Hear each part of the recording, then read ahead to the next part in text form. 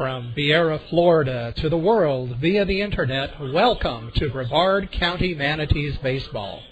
I'm Stephen Smith of SpaceCoastBaseball.com, and I'll be telling you about tonight's game from the first pitch until the final out.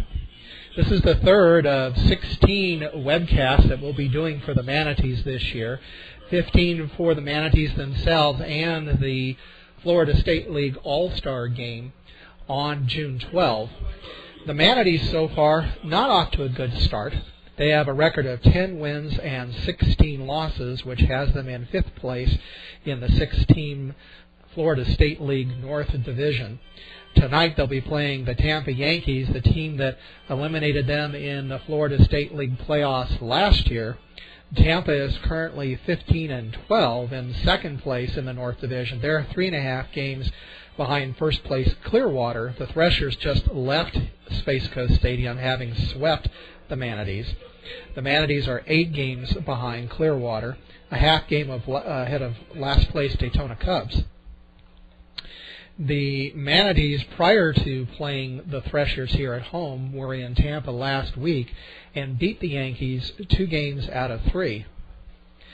So far, as I said, it's been a bit of a rough start for the Manatees because offensively they've hit only 1 home run so far in 26 games. That's obviously the fewest number of home runs by far of any team in the Florida State League. And partially in their defense, Space Coast Stadium here is a very pitcher-friendly ballpark, and we'll be talking about that as the night goes on. The weather right now, it's clear here at Space Coast Stadium in Viera. It rained in most of Brevard County during the afternoon. We had lightning storms, and the local news station at one point said that within the county we were averaging 1 lightning strike about every second around the 4 o'clock hour. But that has pretty much disappeared. The field itself got very little rain. Of course, the tarp was down, so the infield was protected. The outfield, the warning track areas were just a little bit damp, and I think they're going to dry out fairly quickly. There was a little bit of water in the dugouts. But it's excellent playing conditions, and we're certainly going to get the game started. The weather forecast right now, according to weather.com, it's 77 degrees with 70% humidity, 7-mile-an-hour breeze out of the southeast, although I'm looking at the flagpoles in left center field, and they are limp right now. The weather forecast is showing a 70% chance of thunderstorms around 8 o'clock, 35% at 9 o'clock, and at 10 o'clock. I took a look outside the window just before we went on in the air. The advantage of the press box here at Space Coast Stadium is we have an excellent view in all directions.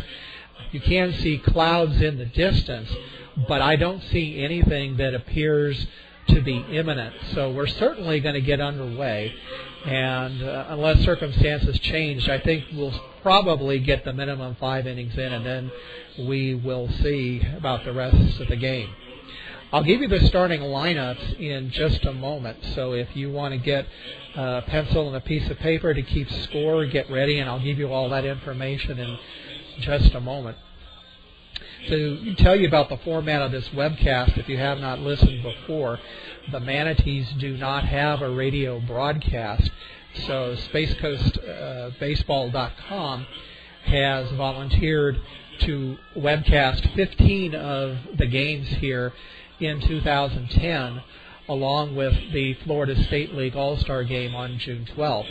You can find the webcast schedule on SpaceCoastBaseball.com. The first 2 webcasts that we did are archived on the website, so if you go to SpaceCoastBaseball.com and you click on the menu bar on multimedia and select audio, you'll be able to listen to the April 8 game against Daytona and the April 15 game against Dunedin.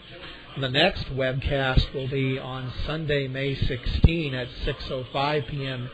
Eastern Daylight Time against the Palm Beach Cardinals. And then after that, Thursday, May 27 at 7:05 p.m. against the Fort Myers Miracle, a Minnesota Twins affiliate. But in any case, as I said, they don't have a radio contract. This is just a volunteer webcast. The upside of that is that we don't have any advertising or sponsors which force us to take breaks between innings or force me to read off ads. So when we get to the end of an inning, you and I can just keep on chatting. There may be times where maybe I need to take a break, quite frankly. I'm nursing a cold, so I may need to blow my nose from time to time. So if that happens, you'll hear me go off the air and it will sound like this. And then I will come right back, and I'll give you a warning that I'm going to do that. I also might stick the headset out the window just to let you listen to the crowd noise between innings. But in any case, this is going to be a little bit of a different broadcast than maybe you're used to if you listen to baseball broadcasts. As I said, we'll just be chatting between innings. All right, now here are the starting lineups. First for the visiting Tampa Yankees against Manatees right-hander Willie Peralta. Leading it off for the Tampa Yankees and in right field is number 12, Jack Rye, R-Y-E. Batting second and at second base is number 2, Corbin Joseph. His first name is spelled C-O-R-B-A-N. Batting third and at third base is number 36, Bradley Suttle, S-U-T-T-L-E. Batting fourth is the left fielder, number 45, Neil Medchill, M-E-D-C-H-I-L-L.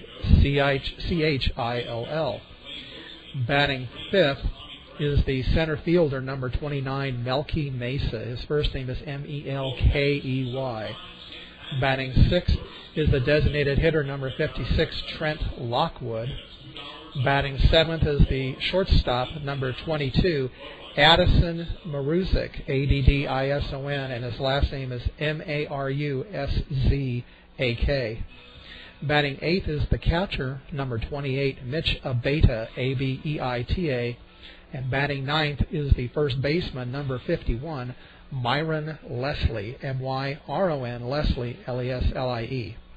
The pitcher for the Tampa Yankees is right-hander Andrew Brackman. He wears number 50.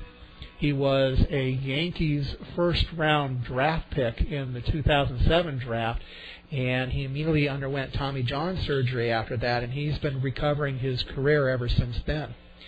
Ironically, Manatee starter Willie Peralta also underwent Tommy John surgery, so we've got a duel of recovering pitching prospects tonight. All right, now here's the lineup for the Manatees. Leading it off and at shortstop is number 17, Josh Prince. Batting second, the third baseman, number 3, Matt Klein, C-L-I-N-E. Matt is one of the few Manatees who's hitting well. His .333 average is number 7 in the Florida State League. Batting third is the left fielder, number 8, Eric with a K, Komatsu, K-O-M-A-T-S-U. Batting fourth is the center fielder, number 20, Kentrail Davis, K-E-N-T-R-A-I-L. Batting fifth is the second baseman, number 10, Sergio Miranda. Batting sixth is the first baseman, number 33, Brock Keldgard, and that's spelled K-J-E-L-D. The first D is silent, I'm told, G-A-A-R-D. Batting seventh, a new arrival since our last webcast, the designated hitter, number 13, Sean Zaraga, S-H-A-W-N-Z-A-R-R-A-G-A. Batting eighth is the catcher, number 22, Anderson De La Rosa, D-E-L-A-R-O-S-A. Batting ninth is the right fielder, number 30, Juan Sanchez. And the starting pitcher is right-hander, number 36, Willie, with one L, W-I-L-Y, Peralta, P-E-R-A-L-T-A. We're having a lineup exchange at home plate. Manatees manager Bob Missick, M-I-S-C-I-K, is coming out from the home dugout on the first base side. And representing the Tampa Yankees is number 13, their manager, Torrey Tyson, T-O-R-R-E, like the former New York Yankees manager. The Tampa Yankees uniforms look somewhat similar to the parent club. Their road uniforms look very similar to the Yankees' road uniforms. They wear the very I don't know if it's a navy blue, it's probably close to black and gray that you're used to seeing the Yankees wear. It doesn't say New York across the front. It says Yankees block letters in black. The numbers on the back are also black with white piping. The cap is black, and instead of an NY, it has a TY, tie, like a tie as in Cobb. But it stands for Tampa Yankees.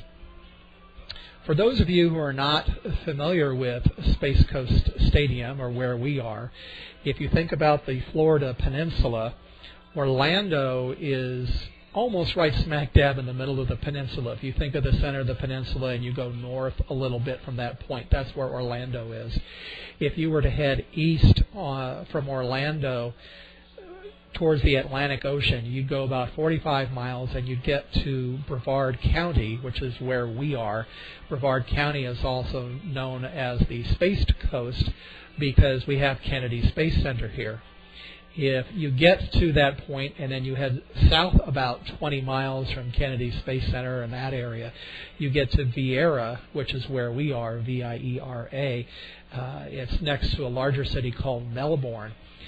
The Manatees are a Milwaukee Brewers affiliate, but they play in the spring training complex of the Washington Nationals. Space Coast Stadium is actually the spring training home of the Nationals. They lease it from Brevard County, and then the Manatees franchise subleases it from the Nationals. So the stadium itself is, for this level of baseball, quite nice. It has a capacity of about 7,500 to 8,000, depending on which resource you look at. Most advanced Class A teams don't draw anywhere near that. So even on the best of nights yesterday, they had about 3,800 reported in attendance, but they would have still had another 4,000 empty seats. Most of the seats here are the hard plastic folding chairs and seats that we're used to seeing in professional stadiums. The seating is on two levels. The bottom third is all box seats. Then you have a concrete walkway that comes around from the left field side to the right field side, and above that, about two-thirds of that is box seats, and then the remaining third down the foul, almost down to the foul poles on both sides, are also aluminum seating. The tickets here are all general admission. They're $7 each, $5 if you can show military or student ID. The only exception to the general admission policy is that if you're a season ticket holder, there's a sticker on the chair saying it's reserved. But if you come in, you can sit anywhere else you want. All right, we're going to listen to the national anthem now. I'll put the headset out the window, and then we'll be right back.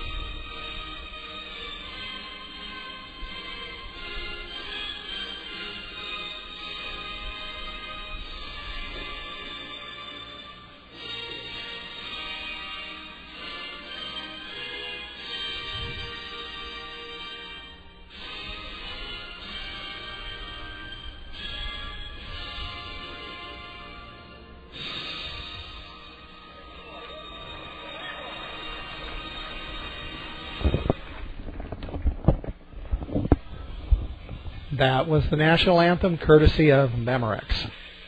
The Manatees have taken the field. Willie Peralta is on the mound getting ready to take his warm-up tosses. The Manatees defensively, it's Brock Kelgard at first, Sergio Miranda at second, Josh Prince at short, and Matt Klein at third. Eric Komatsu is in left. Kentrell Davis is in center. and Juan Sanchez in right. Anderson De La Rosa is behind the plate for Willie Peralta. De La Rosa has taken over the full-time catching duties as Martin Maldonado was promoted recently to Double-A. Angel Salome, S-A-L-O-M-E, who was a Triple-A catching prospect for the Brewers, has taken a personal leave, and that has resulted in a domino effect to the organization with the Double-A catcher for the Stars moving up to Triple-A, and Martin Maldonado moved up to Double-A, and well-deserved. He was arguably the best defensive catcher in the Milwaukee Brewers system. So Anderson De La Rosa gets most of the catching jobs now, and he's also listed as a player coach. Fred Dabney, who began the year as the pitching coach for the Manatees, moved up to the Milwaukee Brewers as the interim bullpen coach because their full-time bullpen coach went out on a medical emergency. So we'll see Fred back later in the year. All right, Jack Rye coming to the plate to lead off the top of the first for the Tampa Yankees. He'll be followed by Corbin Joseph and Bradley Suttle.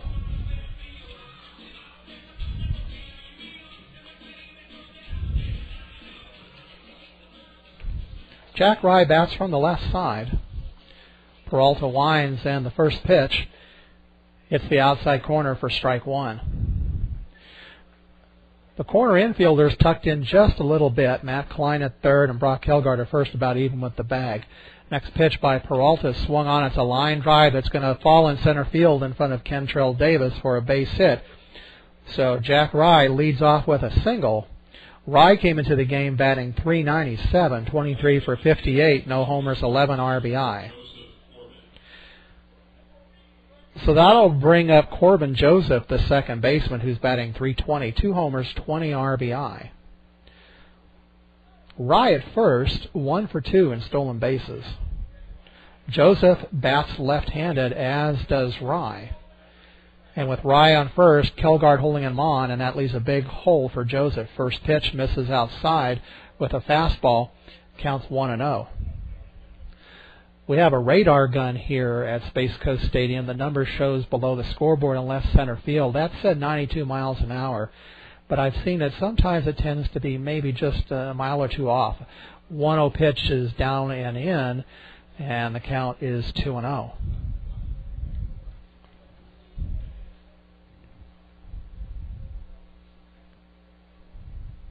Peralta looks over at first at Rye, comes set, and the 2-0 pitch is swung on, and deja vu all over again as he hits it into center field for a base hit. Davis fields the ball and gets it into the shortstop, Prince. Rye advances to second, so back-to-back singles, and the Yankees have runners on first and second with nobody out.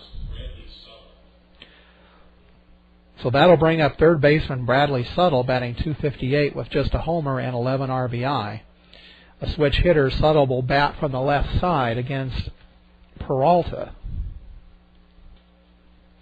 As I said, the Florida State League very much a pitcher's league, and so it's not surprising that most of these batters a month into the season have very few homers, if any. First pitch by Peralta misses down low, and the count's 1-0. Now that showed him at 96 miles an hour.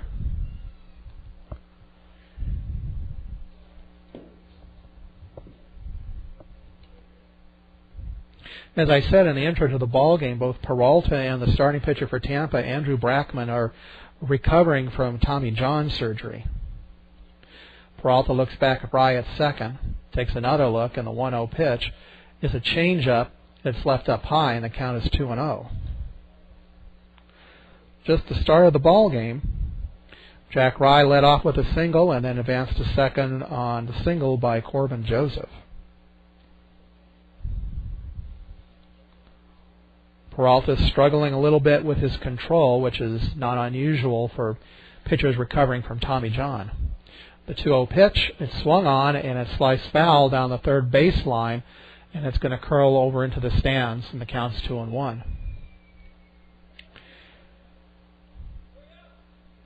Peralta last year, 2009, was with the Wisconsin Timber Rattlers, one level below the Manatees in the Brewers chain. That's in the Low A Midwest League. He had 27 appearances, 15 starts, 103 and 2/3 innings, and an ERA of 3.47. Pitch is swung on. He left the curveball up. It's yanked down the right field line in the corner. It's going to be for extra bases. Rye coming in to score. Joseph holds up at third, and going into second with a stand-up double is Bradley Suttle, and the Yankees are on the board 1-0.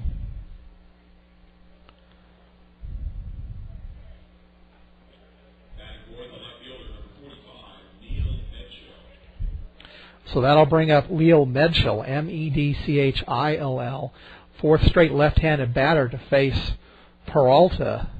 Medchill batting just 190 with a homer, 10 RBI, 16 for 84. Joseph down the line from third, Suttle off the bag at second. First pitch by Peralta is a curveball inside corner, and the count's 0-1. Last year at Wisconsin, as I said, Peralta 103 and 2/3 innings, 118 strikeouts, 46 walks. He gave up only 5 home runs, but like the Florida State League, the Midwest League also tends to be pitcher-friendly. The 0-1 pitch by Peralta is swung on and missed. That may have been a changeup, and the count's 0-2. Definitely fooled Medchill. He was out in front of that pitch.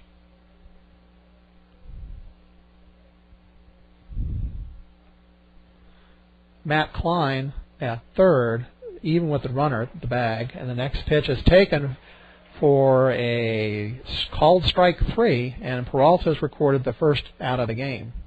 That may have been a slider.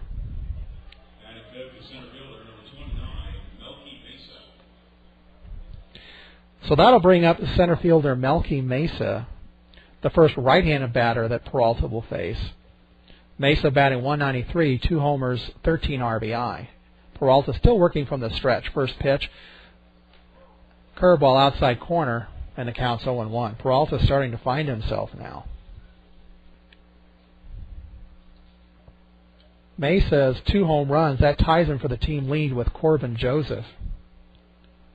Next pitch by Peralta is a high pop fly down the right field line. Kilgard racing over, and it bounces foul. Also over there chasing after the ball were second baseman Sergio Miranda and right fielder Juan Sanchez.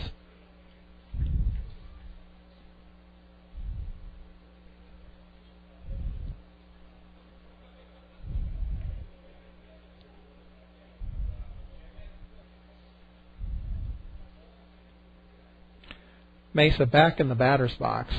Count 0-2. Peralta would like to get his second strikeout here. Klein now playing deep at third, but Kilgard in at first. Curveball, he hung it, and great dive at third by Klein. Looks the runner back, throw on to Kilgard at first for the out. Wowee, that was a line drive that had a special delivery to left field. Klein leaping high to his left, came up with the ball, had the presence of mind to look back Corbin Joseph at third, and then threw on to first for the out. So a little extra gold star for Matt Klein there. 2 down, and that'll bring up designated hitter Trent Lockwood. Yet another left-handed batter. He's hitting .280, 14 for 50, a homer, 6 RBI. Even with 2 down, Peralta's still working from the stretch. In the first pitch, checks his swing, it's down and in. De La Rosa blocks it, and the umpire still calls it a strike. Joseph at third, Suttle at second. Yankees already on the board, 1-0, 2 down, here in the top of the first. Peralta's 0-1 pitch is a big looping breaking ball, and it catches the outside corner, and the count's 0-2. So Willie seems to have settled down after giving up back-to-back hits to lead off the game, and then the RBI double by Bradley Suttle. Peralta taking a long look in at De La Rosa, and now Lockwood steps out and calls time. Lockwood bats from the left side, but Davis in center field is shading him just a couple of steps the opposite way in the left center field. 0-2 pitch by Peralta, down low, and the count's 1-2. Radar shows 94 miles an hour, but As I've said before, velocity is not as important as location and movement. You can throw 105 miles an hour, but if you can't get it over the plate, it doesn't make much difference. And you can't put it over the heart of the plate because most professional hitters will catch up to it. 1-2 pitch is a grounder up the middle, bounces off the rubber. Behind second base is the shortstop Prince, who goes on to Kelgard for the final out. So a rough start for Willie Peralta, but he settles down and it limits the Yankees to 1 run on 3 hits, no errors, and 2 left. We go to the bottom of the first with the Tampa Yankees ahead of the Manatees 1-0. As we go through the ball game, I'll be telling you what I can about players on both teams. And there's 2 primary resources that I use. One is the Baseball America Prospect Handbook. Baseball America, if you're not familiar with it, is sort of like what Variety is to the entertainment industry. They publish a bi-weekly magazine, and they also have a website, baseballamerica.com. You can buy a subscription to one or the other, but if you take the newspaper subscription, you get access to the website for free. Each has some unique content you don't find other places.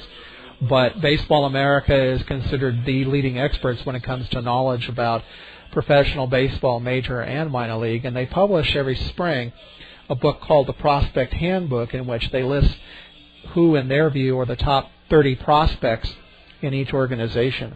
Excuse me for just a moment. I warned you I'm sick with a cold, and the voice just gave out there for a moment. So for players on either team that are in the Baseball America Prospect Handbook, I'll be telling you what BA says. Another independent source that I like to rely on is independent analyst by the name of John Sickles, and he has a website, minorleagueball.com. He used to be an analyst for ESPN, and he publishes his annual baseball prospect book. He doesn't go with top 30. He just goes with guys he pretty much wants to talk about. So not only is he a valid second opinion, but also you'll find him talking about guys that maybe don't necessarily make BA's top 30 list. Andrew Brackman on the mound for the Tampa Yankees, 6'10", 240 pounds. He's 24 years old as of last December. He was drafted by the Yankees in June 2007 in the first round out of North Carolina. And let me tell you what BA has to say about Brackman. Says that at 6'10", not surprisingly, he juggled basketball and baseball for 2 seasons at North Carolina State before giving up hoops to focus on the 2007 draft. We'll come back to Andrew in just a bit. Josh Prince steps in to lead off for the Manatees, followed by Matt Klein and Eric Komatsu. Prince, the shortstop, batting just 200, 13 for 65. Brackman winds in his first pitch. Fastball down low, and the count's 1-0. Tampa defensively, Myron Leslie is at first. Corbin Joseph is at second. Maruzic at short, and Suttle at third. Next pitch by Brackman is swung on, and Prince just catches a piece of it. Leaves it there, though, at the feet of the catcher Abeta, and it counts 1-1. In the Tampa outfield, it's Mitchell in left, Mesa in center, and Rye in right, with Abeta behind the plate and Brackman on the mound. 1-1 pitch by Brackman. He misses away, and the count's 2-1. Getting back to what Baseball America had to say about Brackman, it says he injured his elbow before the draft in 2007, but the Yankees took a number 30 overall in the first round of that draft. 2-1 pitch. It's going to be a line drive. Off of the glove of the shortstop Maruzic, and Prince will be on first with what should be a leadoff single. I thought that was going to go into left center field for a hit, but it died, and Maruzic was racing to his left, leapt for it, and it bounced off of his glove, and that's going to be ruled a hit. Now, I want to warn you that on some plays, we're not going to have a lot of information on the scorers ruling because they don't have a PA here in the press box, so the official scorer does not announce particular rulings. About all we can do is look out at the scoreboard, which will just indicate a hit or an error, and we won't get any clue on pass balls or wild pitches. All right, Prince on first, and that brings up third baseman Matt Klein. First pitch is taken, and it misses 1-0. Klein batting .333, no homers, 5 RBIs, 25 for 75 at the plate. Prince on first, 4 stolen bases in 6 attempts. He's being held on by the first baseman, Leslie. Klein batting right-handed against the right-hander Brackman. And the 1-0 pitch checks his swing and it misses away, and the count's 2-0. Getting back to Baseball America's analysis of Andrew Brackman, said he had Tommy John surgery shortly after signing at the August 15, 2007 deadline for the largest draft bonus, $3.35 million in Yankees franchise history, part of a major league contract worth a guaranteed $4.55 million. This pitch is swung on and it's popped right up the chute just behind the home plate. The first baseman now coming down, Leslie, calls off the catcher, Abeda, and takes it in foul territory for the first out.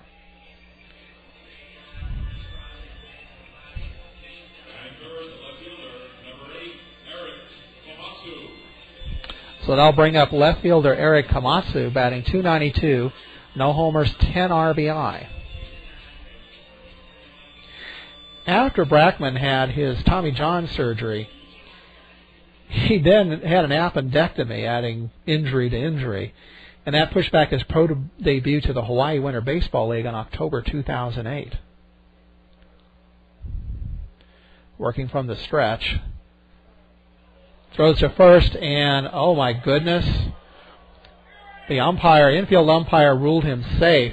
It looked to me that when Prince dove back in, he dove head first. He came up maybe about half a foot short when he dove in and just lay there flat. But the infield umpire, who is standing behind the pitcher, couldn't see that and ruled him safe. Oh well.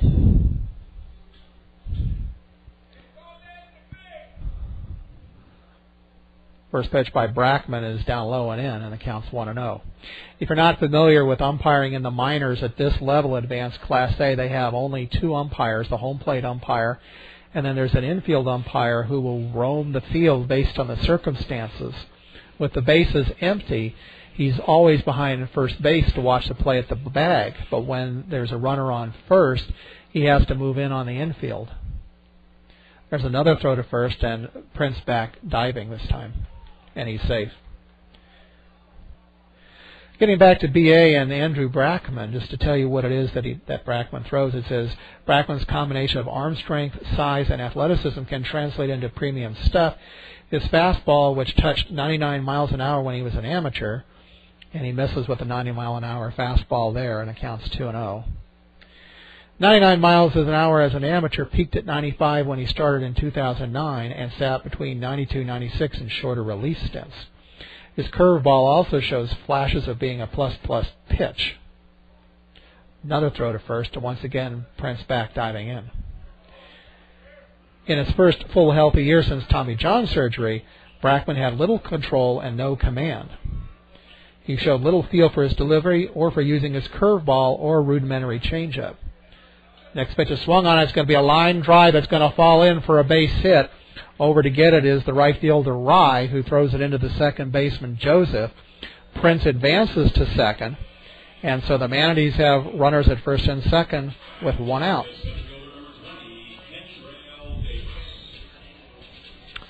So that'll bring up center fielder Kentrell Davis, who's batting .364. That's 12 for 33. No homers, 4 RBI.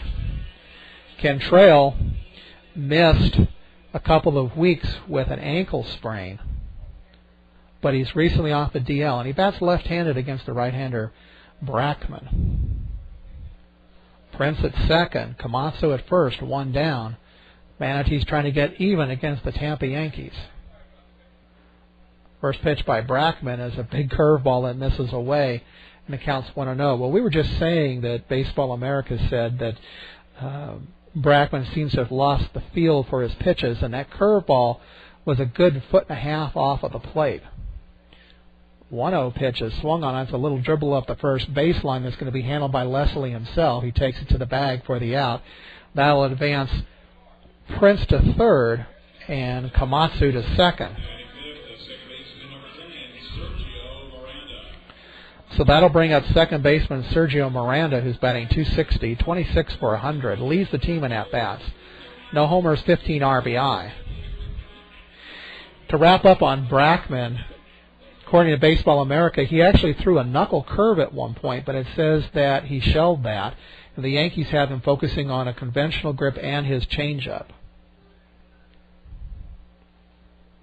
2 down, the Tampa infield is playing deep for Miranda. First pitch, it's the outside corner, strike one.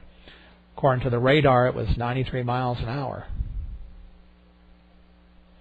Manager Bob Missick coaching over at third base, and he's a couple steps towards the plate from the coaching box, and that's not unusual when there's a runner on second base. A lot of times you'll see that whoever is coaching at third will come down a couple of steps so they get a better angle on the outfield.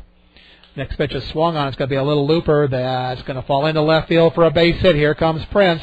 Around third to score is Komatsu on the single by Sergio Miranda, and the Manatees have a 2-1 lead.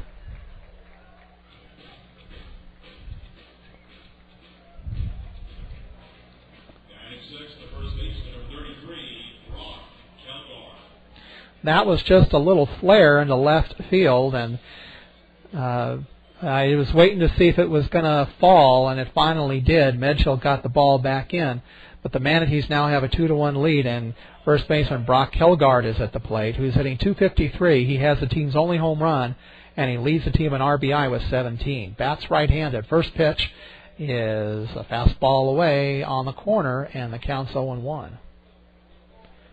Miranda at first has 3 stolen bases, 3 for 3. Helgard hit over 20 home runs a year ago in the Midwest League, so he certainly has the power. There's a breaking ball up and in, and the count is 1-1. As I said, the Florida State League is very pitcher-friendly, and this ballpark in particular, one of the most pitcher-friendly parks in the league. 340 down the lines, 404 to dead center. Next pitch by Brackman, swung on and missed. The throw down to second.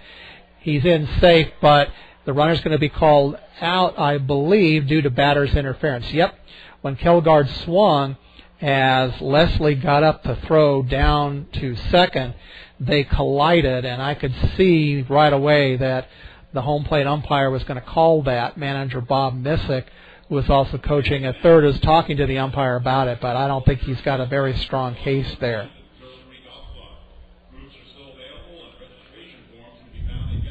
So, the Manatees, 2 runs, 3 hits, no errors, and 1 left. We've gone 1 inning here at Space Coast Stadium, and it's the Manatees 2, the Tampa Yankees 1.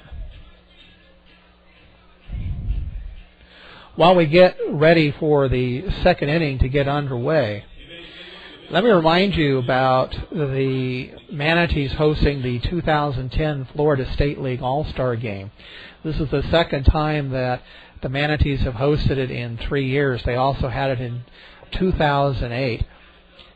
And it's a very prestigious award to have the opportunity to host it, much less do it twice in 3 years. The league used to be divided into East and West divisions. They reorganized into North and South last year. So the Manatees were last to host it as an East Division team, and now they're the first to host it as a North Division team. Tickets are now on sale for the Florida State League All-Star Game. Tickets are going to be $8 each. You can order in several different ways, and that again is on Saturday, June 12, with game time starting at 7:35 p.m. You can go to the Manatees website at www.manateesbaseball.com. You can also call the ticket office at area code 321-633-9200. Or if you happen to be here at the ballpark, of course, just go to the ticket booth out front and order your All-Star Game tickets. All right, Top of the second, it'll be Addison Maruzic, followed by the catcher Abeda and the first baseman Leslie.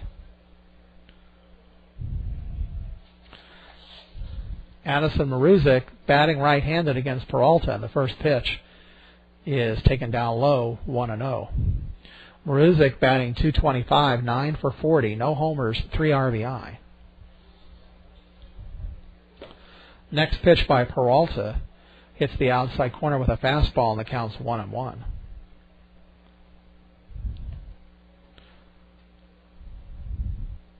Willie winds, and the next pitch swung on and missed on a changeup, and the count is 1-2. Baseball America listed Peralta as the Brewers' number 14 prospect this year. 1-2 pitch. Misses down and away, and the count's 2-2. Baseball America notes that Peralta sat out the 2007 season following Tommy John surgery, and that Milwaukee continued to protect him by using him in a tandem starter system at Wisconsin last year. 2-2 pitch. Just missed off the outside corner, and the count's 3-2. Peralta worked as many as 6 innings in a game just 3 times, although his 104 total innings eclipsed his previous career total of 72. He's considered to have one of the best arms in the Milwaukee Brewers system. 3-2 pitch, swung on, and it's a bouncer on one hop to the second baseman Miranda, who goes on to the first baseman Kelgard, and Maruzic is gone.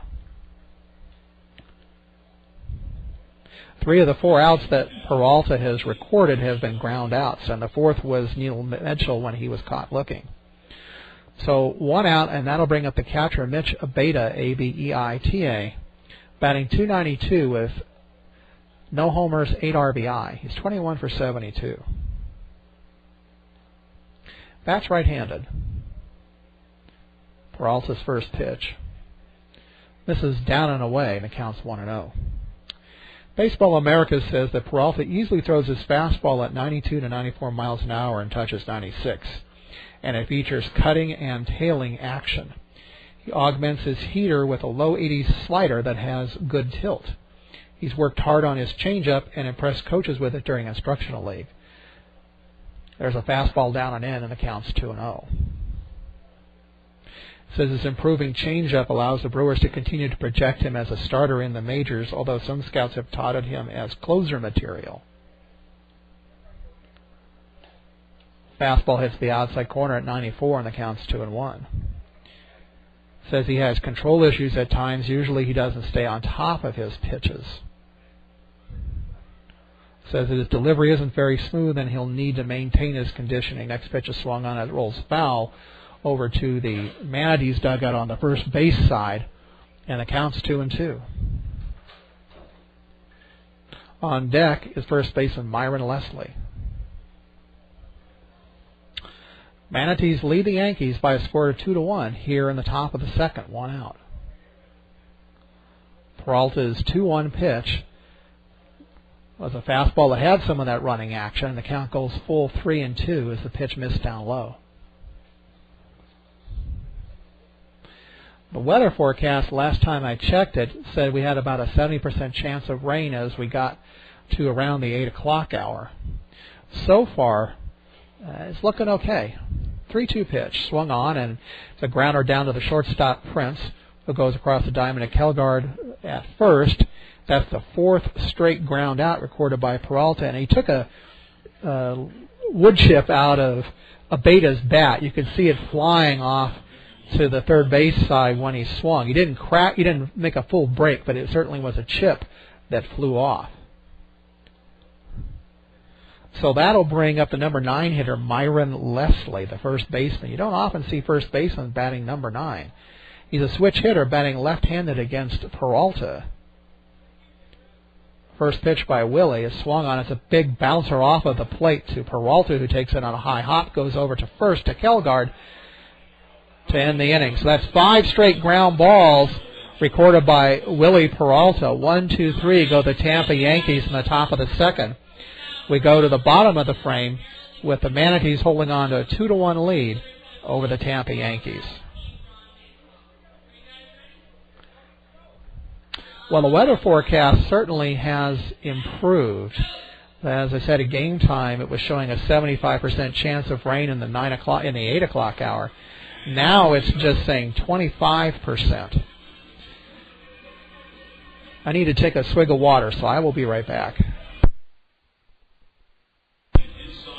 Sorry about that. As I said a couple of times earlier, I'm nursing a pretty bad cold.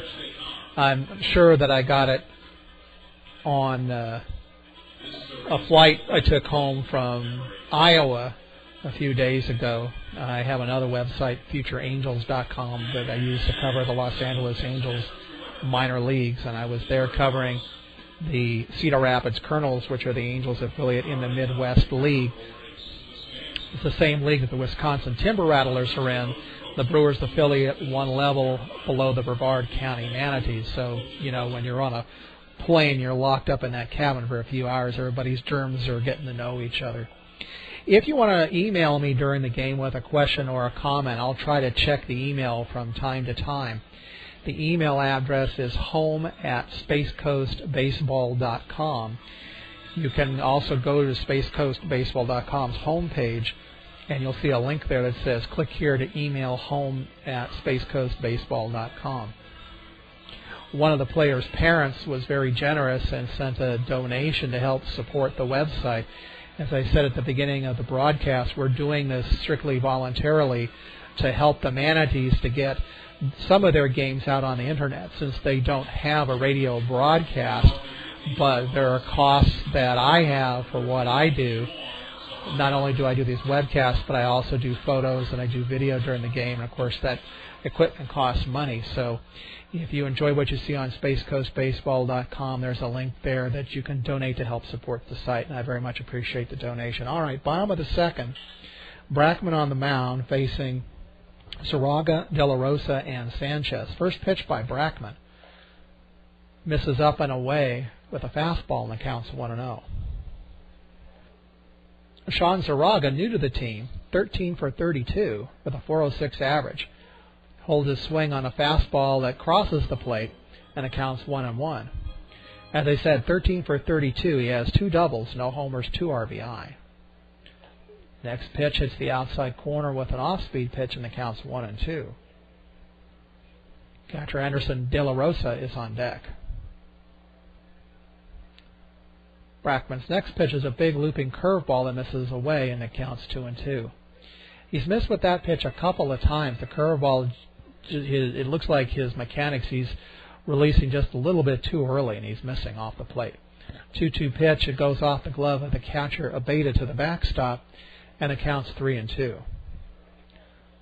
Our first opportunity to see Zaraga, he moved up from Wisconsin when Martin Maldonado moved up to AA Huntsville.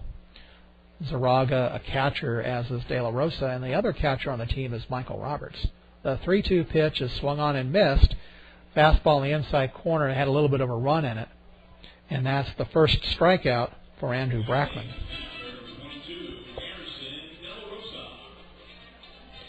So that'll bring up catcher Anderson De La Rosa, who's batting only .164, 12 for 73.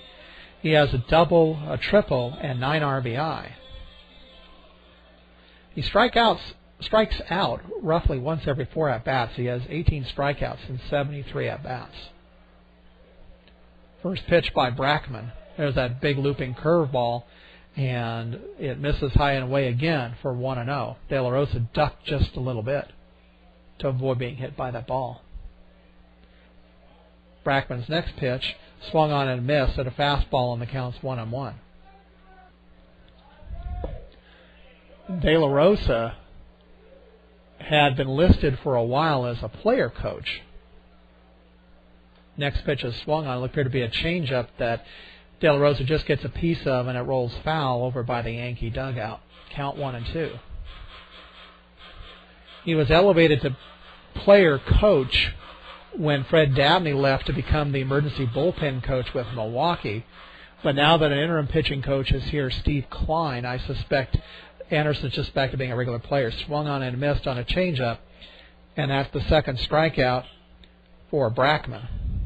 So that'll bring up the right fielder, Juan Sanchez.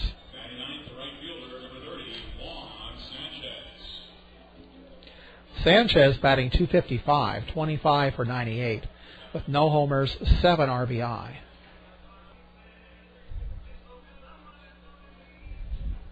It's almost sunset here at Space Coast Stadium. We still have some light, but the stadium lights are on. First pitch by Brackman. Swung on, it's a roller past Brackman to the second baseman, who goes on to first for the final out. So that's Joseph to Leslie for the final out.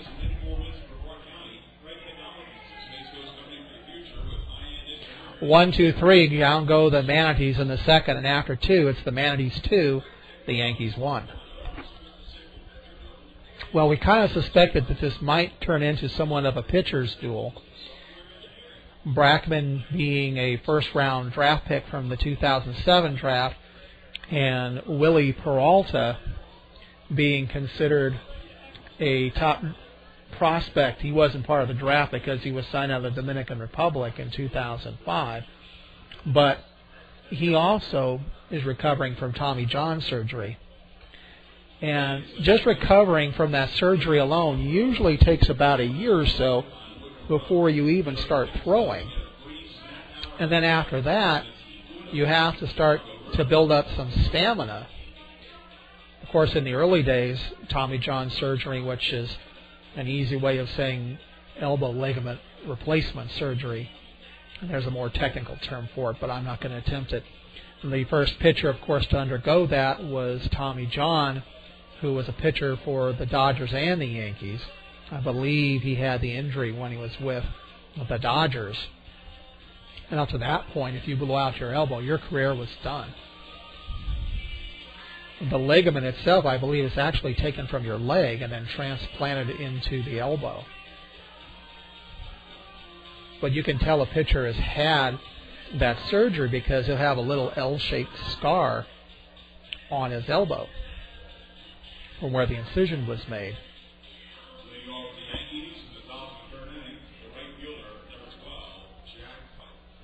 We go back to the top of the lineup for the Yankees. In the top of the third will be Jack Rye, followed by Corbin Joseph and Brad Suttle. Rye led off the game with a single, advanced to second on a single by Joseph, then scored on the double by Suttle. First pitch by Peralta, fastball taken, strike 1.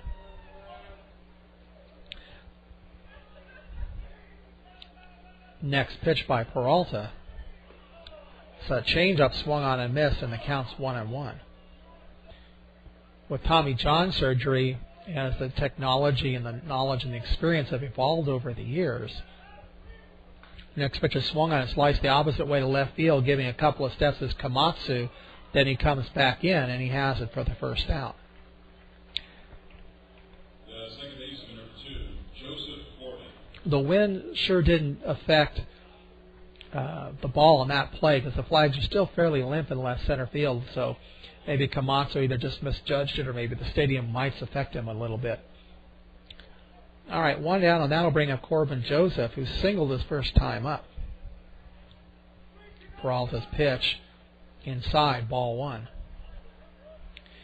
The PA announcer here is calling him Joseph Corbin, and that's the way he's listed on the scoreboard, but his name is actually Corbin Joseph. The next pitch is the outside corner with a 94-mile-an-hour fastball and counts 1-1. Anyway, with Tommy John surgery over the years now, we see a lot more successes than we used to be seeing. It's a changeup that misses up and away, and it counts 2-1. And I've actually read studies which suggest that the best way to rehab from that is short, frequent pitching appearances. This pitch is a grounder past the diving Kelgard into right field for a base hit. Sanchez over to field it. Joseph stops at second with his second single of the game. The third baseman, number 36, Bradley Suttle. So that'll bring up third baseman Bradley Suttle, who doubled in the first to drive in Rye for the Yankees' only run of the game. But the philosophy on Tommy John surgery has been that maybe, even if you are projected as a starter, that you start out by maybe throwing, maybe an inning and then 2 innings, and you do it in relief every couple of days. Fastball down and in, and the count's 1-0. I've seen several Tommy John projects over the years, and you do see some who start out as a starting pitcher in a game, but then there are others that go to relief. There goes the runner, throw down to second, and you can say goodbye to Corbin Joseph. That throw went from De La Rosa down to the second baseman, Sergio Miranda. So Joseph is gone 2-4. Pitch was called the ball, so the count is now 2-0 on Brad Suttle. 2-0 pitch. Swung on and a sliced foul the opposite way towards the aluminum bleachers down by the left field foul pole. Counts 2-1. Andrew Brackman, the starting pitcher for the Yankees, underwent Tommy John surgery right after he signed. This pitch is a fly ball to center field. Kentrell Davis giving a little bit of ground as the ball carries, and he has it for the final out. No runs, one hit. That runner, Joseph, was retired stealing. No errors and nobody left. We go to the bottom of the third. It's the Manatees holding on to a 2-1 lead over the Tampa Yankees. We were saying that Andrew Brackman injured his elbow in May just before the June 2007 draft, and the Yankees took him anyway and gave him a huge bonus, and he underwent surgery in August 2007. Nick Adenhart, the talented young Angels pitcher who died unfortunately last year in that horrific traffic accident. Nick was in a similar situation. He came out of his senior year in high school. Baseball America had projected him as the top high school pitcher in the nation. And then around May, before the June draft, he blew out his elbow. And nobody wanted to touch him in the draft, but the Angels went ahead and picked him anyway. I think it was 12th, 14th round, something like that. They offered him 50% of what a first-round bonus would have been that year, so he basically got about $750,000. They offered to supervise his rehab and help him to attend college at Arizona State in Phoenix while he went through his rehabilitation at the Angels minor league complex in Tempe, Arizona. So his first year there, he after underwent his surgery and he had his little L-shaped scar on his elbow, he basically was the team bat boy during the summer rookie league. He was pitching in summer league games by the next summer, so he basically had a year to rehab. And they brought him back very slowly and cautiously. As a starter, they didn't use him in relief. But obviously the rest is history. Unfortunately, it had a tragic ending. All right. Bottom of the third, Manatees trying to expand on a 2-1 lead. We're back to the top of the lineup with shortstop Josh Prince, followed by third baseman Matt Klein, and then the left fielder Eric Komatsu. Prince led off the bottom of the first with a single. First pitch by Brackman. Hits the outside corner for a called strike one. Prince thought about swinging, but held the swing. The Yankees' third baseman playing about even with the bag. They're not looking for Prince to bunt. In fact, the third baseman takes a couple of steps back. Here is a bunt, and I guess Prince saw that, but he wasn't able to bunt it successfully. He bounded back to the backstop, and the count's 0-2. Following Prince will be Matt Klein, and then Eric Komatsu.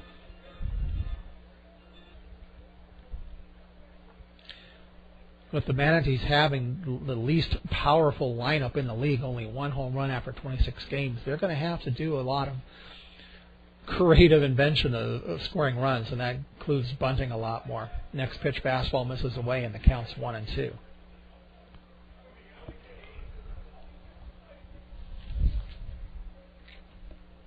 The outfield shaded slightly the opposite way for Prince, and the 1-2 pitch swung on. It's fouled back into the net. The count remains 1-2. Space Coast Stadium is horseshoe-shaped. You have quite a bit of foul territory behind home plate and along the foul lines in front of the two dugouts. But then as you go down the foul lines, the stadium sweeps back in towards the foul line. As you get into the corner, there's maybe only a couple of feet between the foul line and the stands. There's another breaking ball that misses outside, and it counts 2-2. We said that this ballpark is very pitcher-friendly. It's 340 down the lines, 404 to dead center. They don't post the distance up the alleys, but I would guess it's somewhere around 380-ish. Next pitch, fastball misses away, and the count is full, 3-2.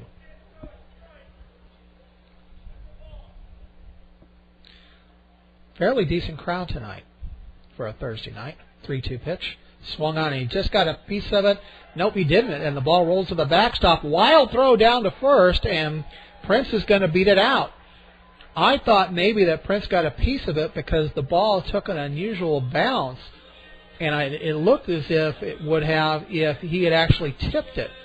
But apparently he didn't, and the catcher, Abeda, went chasing after the ball behind home plate. Prince took off for first, and when Abeda got to the ball, he made a wild flip of the ball towards first, hoping to beat Prince, but he was unsuccessful. So credit a strikeout to Brackman, but you give a wild pitch to Brackman as well, and that puts Prince on first. All right, here's Matt Klein. First pitch swung on. It's a bouncer over the head of the drawn-in third baseman to left field for a base hit. Advancing to second is Prince. The third baseman, Tuttle, was drawn in because they were looking for Klein to bunt to try to advance Prince to second, but he was swinging away, and he bounced it over Tuttle's head into left field for a hit.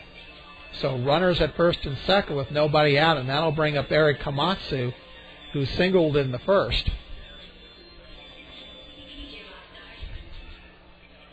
Komatsu, contact hitter, has only 6 strikeouts and 96 at-bats. That's one of the best performances in terms of contact in the league.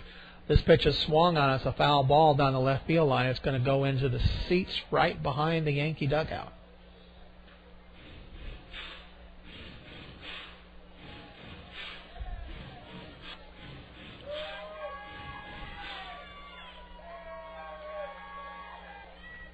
Prince off of second, Klein off of first. Pitch is swung on. It's a grounder down to second. Second baseman goes on to first for the out, and the runners advance to second and third. Second baseman Joseph seemed to hesitate a little bit about where to throw the ball, and he finally decided to take the safe course. I think he might have had a chance at a double play at second if he'd given it a try, but he went over to Leslie at first for the out. So with runners at second and third and one down, that'll bring up Kentrail Davis, who grounded out to first to end, in the first inning. First pitch by Brackman. Breaking ball misses away, and it counts 1-0. Prince down the line from third. Third baseman Tuttle even with the bag. Pitch by Brackman is swung on a fastball, and it's fouled back out of the stands over the third base side out onto the concourse, and it counts 1-1.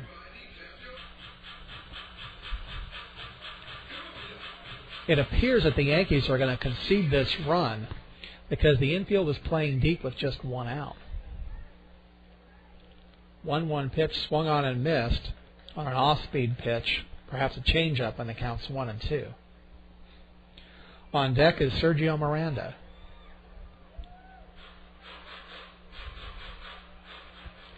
Outfield lineman is playing Davis straight away. Curveball down and in, and the count is 2-2.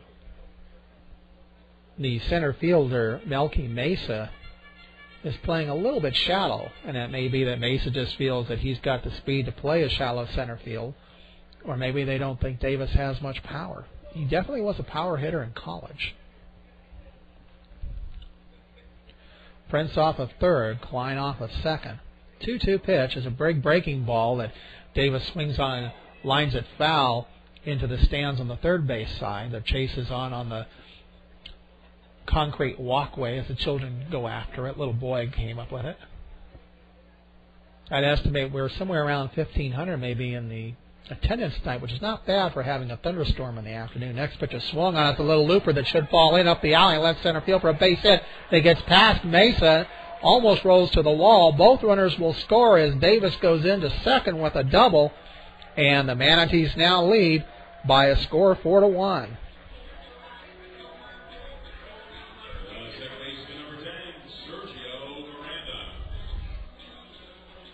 That ball was going up the alley in left center field, tailing away from the center fielder Mesa towards the left fielder Bedchill. But Mesa let it bounce past him. Bedchill was backing him up and had to chase it almost all the way to the warning track. First pitch to Miranda is rolled over to first. Leslie takes it to the bag himself for the out. Advancing to third is Kentrail Davis. First baseman, number 33, Brock Kelgard. So with two down, that'll bring up Brock Kelgard, who was called out at the end of the first inning for interfering with the throw by the catcher down to second. Definitely has the power to hit a home run here. First pitch misses and the count's 1-0. Brackman working from the stretch, even though there's two down. With the runner on third, he can look at Davis and see him. That's pitch swung on and missed. Power against power, 91-mile-an-hour fastball, and the count's 1-1. As we said last year, Kelgard hit over 20 home runs at Wisconsin. 1-1 pitch. Checks his swing, and the ball misses away, and the count's 2-1.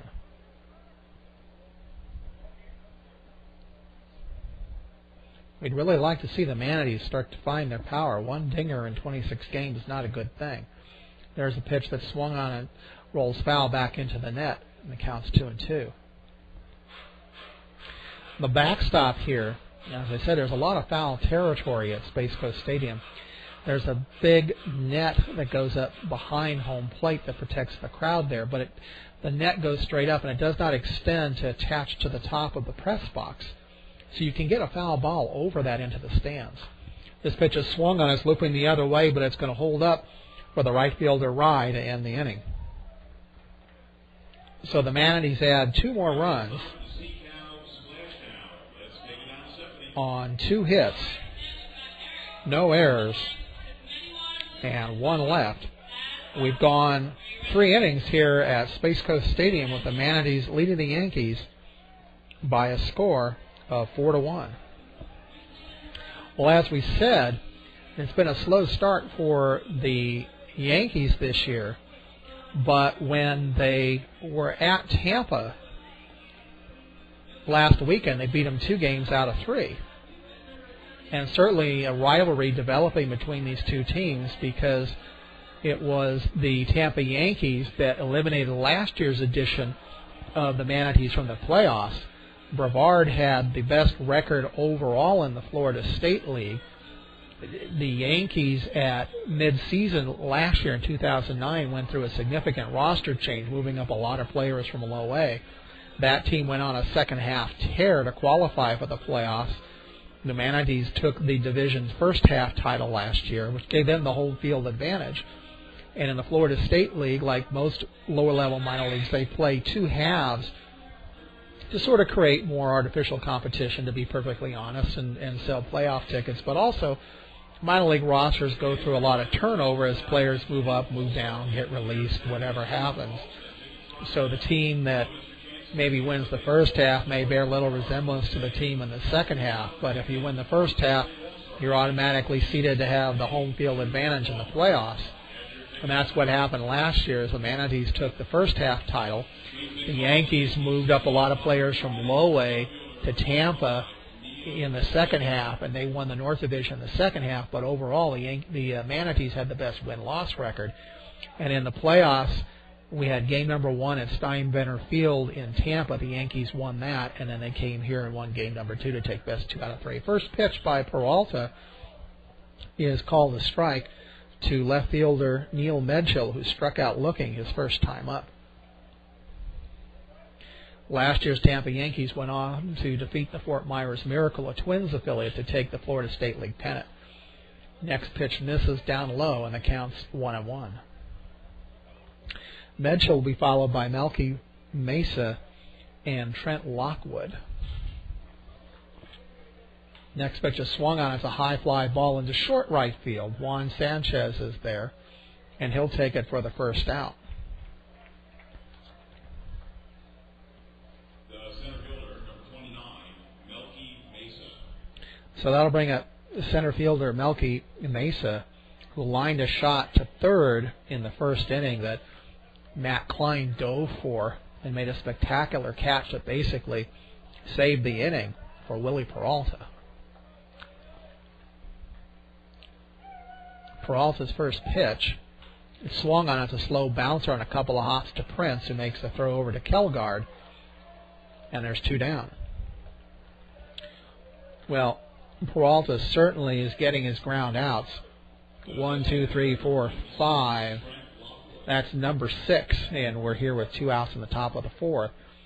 At one point, he had 5 in a row in the first and second innings, and then he gave up a spate of fly ball outs before recording that grounder. So that'll bring up the designated hitter Trent Lockwood, who grounded out to short his first time up. First pitch fastball hits the outside corner at 92, and the count's 0-1. Just about sunset here at Space Coast Stadium. It's quite a pretty sunset. Next pitch is a breaking ball that misses up and away, and the count's 1-1. I think he lost his release point on that. We had thunderstorms earlier in the day, and we still have some residual clouds, and it's quite a brilliant bluish-orange sunset. This pitch is left up, but it's swung on and fouled back into the stands, and the count's 1-2. Don't see any rain clouds. Our view is generally to the southeast. We have an excellent view here of Space Coast Stadium looking southeast past Vieira towards Melbourne. 1-2 pitch. Swung on as a slow roller down to Sergio Miranda at second, on to Brock Kelgard for the final out. 1, 2, 3 go the Tampa Yankees in the top of the 4th. So we go to the bottom of the 4th with the Manatees ahead of the Yankees, 4-1.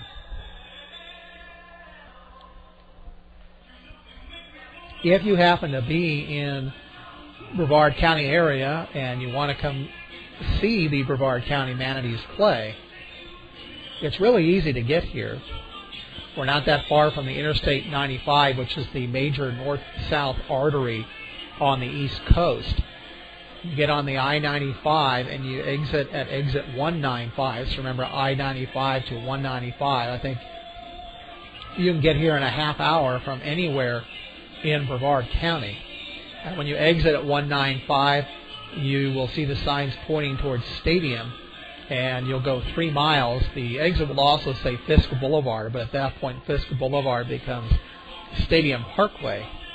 And as you proceed south on Stadium Parkway, it's about 3 miles to Space Coast Stadium. The stadium itself is about, maybe less than a mile west of the freeway. I can see it looking off to my left. But the view is generally to the southeast. So when we do get the combustible weather that happens in the summer here in the Space Coast, we generally get a good view of what's going on in that direction. If I were to walk out of the broadcast booth here and look in the opposite direction, we have an excellent panoramic view to see what's going on there as well.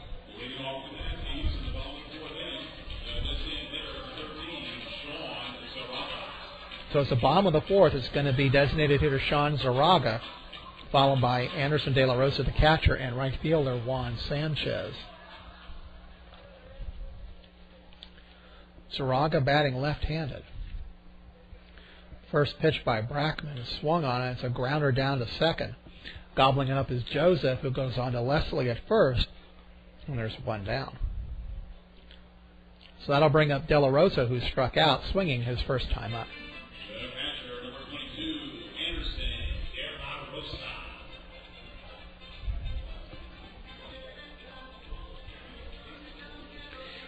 If you're a player's parent or loved one listening on the internet, and you're thinking about coming out to visit, certainly want to encourage you to come out because the Space Coast is an incredibly beautiful place.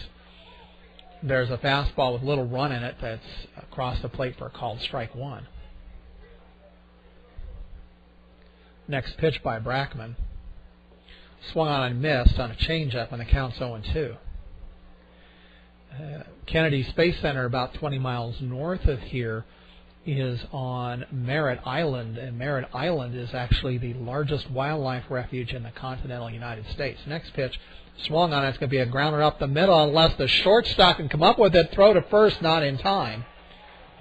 Excellent diving stop by Maruzak.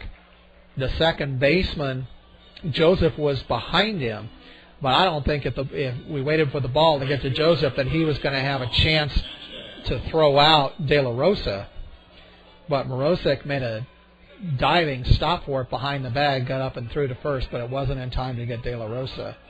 So that'll bring up the right fielder, Juan Sanchez, who grounded out to second his first time up. Sanchez, pretty much a utility player. First pitch swung on and missed on a fastball, counts 0-1. Every team needs a guy who can plug into the lineup wherever he's needed. And Sanchez has had 2 appearances at second base, 2 at third base, 5 at shortstop, 19 in the outfield this year. Hits the outside corner with a 91-mile-an-hour fastball, and the count's 0-2. De La Rosa has not attempted to steal a bag this year. And being a catcher, you would think that's the case. But Leslie is holding him on at first. And the 0-2 pitch misses off the outside corner, and it counts 1-2.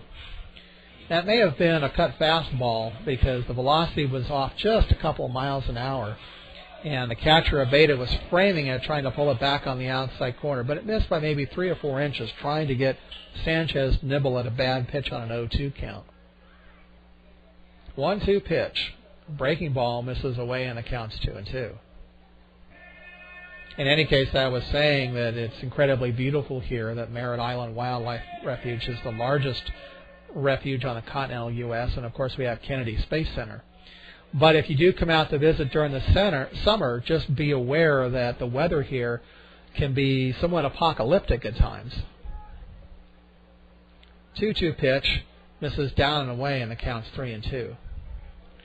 It's somewhat of a daily occurrence that the moist, warm air comes off of the Gulf to the west and collides with the cooler, drier air coming in from the east, from the Atlantic. They usually meet somewhere over the peninsula, and wherever that happens to be, you get nice, big, interesting thunderstorms to watch. There's a snap throw to first. De La Rosa dives back into the bag.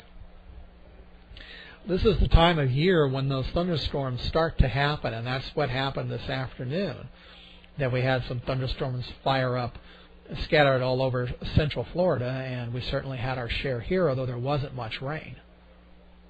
Let's see if De La Rosa's going with 3-2 count and 1 out. There he goes. The pitch is swung on, and it's a hard grounder down to third. Suttle goes on to first to Leslie for the second out, and advancing on the ground ball is Anderson De La Rosa.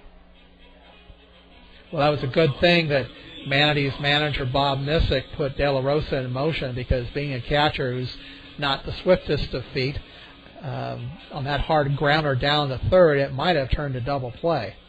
But instead, De La Rosa is on second with 2 down, and we're back to the top of the lineup with shortstop Josh Prince, who singled in the first and singled in the third and has scored both times. Actually, Prince did not single in the third. First pitch is swung on, and it's a grounder foul down the third baseline. I should correct myself in that he singled in the first, and in the third he actually struck out swinging. He missed the ball, but it got away from the catcher Abeda. He took off to first, and the throw was wild by Abeda that allowed Prince to get on. Then he advanced to second on the single by Matt Klein, and later scored on the double by Kentrell Davis. Brackman's pitch misses down and away, and the count is 1-1. De La Rosa on second with 2 down. Manatees looking for another run. They already lead here 4-1 with 2 outs in the bottom of the 4th. Brackman taking a long look at De La Rosa, and the 1-1 pitch swung on and missed. 92-mile-an-hour fastball in on the hands. And the count's 1-2. On deck is third baseman Matt Klein. Brackman this year has only worked 12 innings in 3 starts, which suggests he's pretty much close to the limit on his pitch count. This pitch is swung on its line the opposite way into right field for a base hit. Here comes De La Rosa around third trying to score. The throw to the plate. He slides in with his hand on the plate and scores. Going to second on the throw is Prince, and the Manatees now have a 5-1 lead.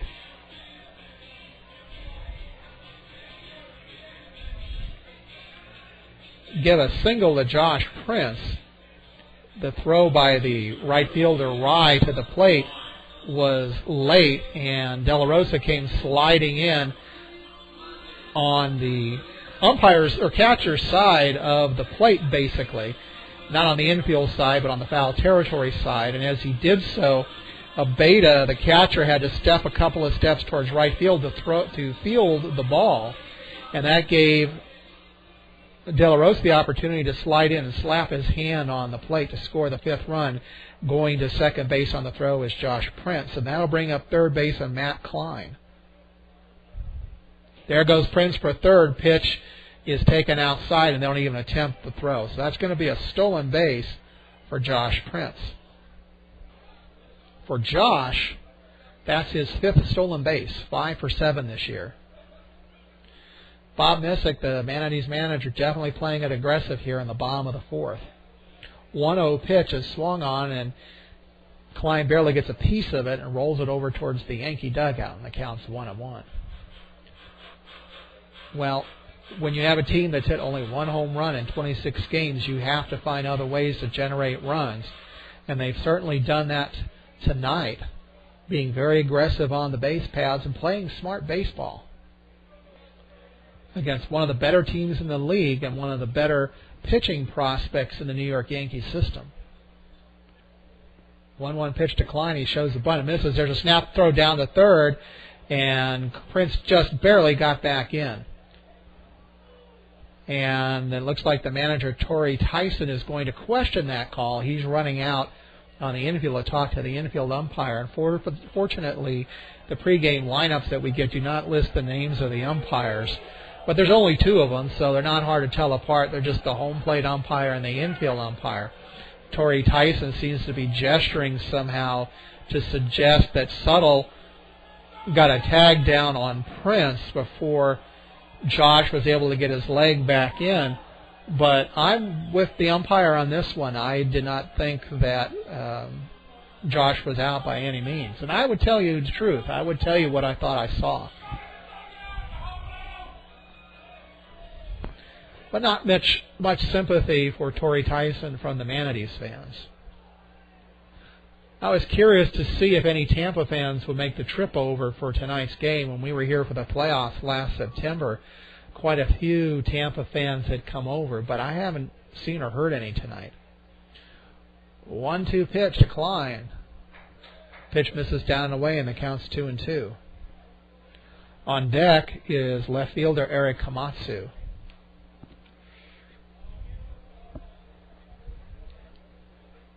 With 2 outs, it's rather unlikely that Bob Missick would attempt to squeeze here. But you never know. The infield is playing deep. Suttle very deep at third, Leslie very deep at first. 2-2 pitch, swung on, and it's a grounder. Fair ball down the left field line. It's going to roll into the corner. Prince will score. Going to second is Klein with a double as the left fielder gets the ball back in. And the Manatees now lead the Yankees by a score of 6-1. The left fielder, number 8, Eric Komatsu. Suttle diving to his right, couldn't come up with the ball, and I really didn't think he had a chance for that one anyway. And it rolled down into the corner, easily allowing Prince to score from third, and Klein went to second on the double.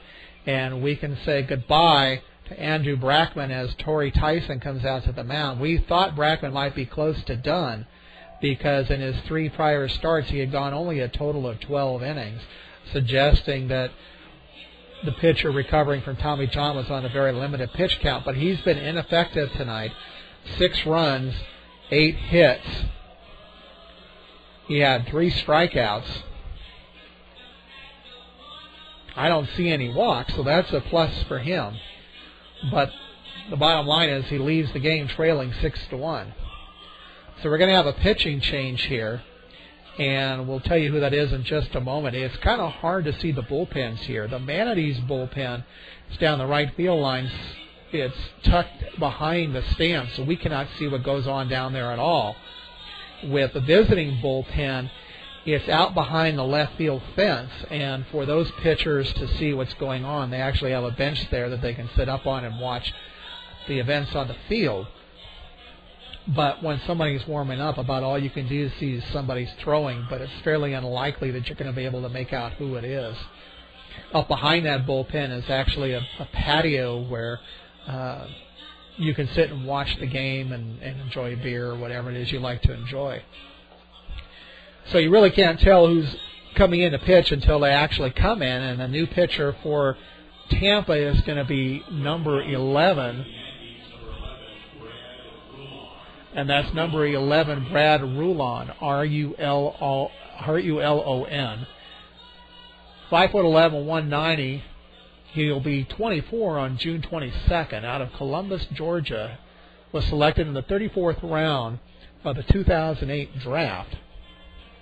Rulon, making his 7th appearance of the year, all in relief, has a 1-0 record, 11 2/3 innings, 1 run, 9 hits, struck out 11 in 11 2/3 innings, and only 3 walks. It's a full-service liquor bar, the Tiki Bar, sponsored by Climatic. I'm Ludwig Garfield. And the PA announcer reminds me that the patio out there behind the visiting bullpen left field has what's called the Tiki Bar. There is actually a Manatees Tiki, and there is a gentleman in Cocoa Beach, which is to the east of us by, maybe about 10 miles or so, who has a very famous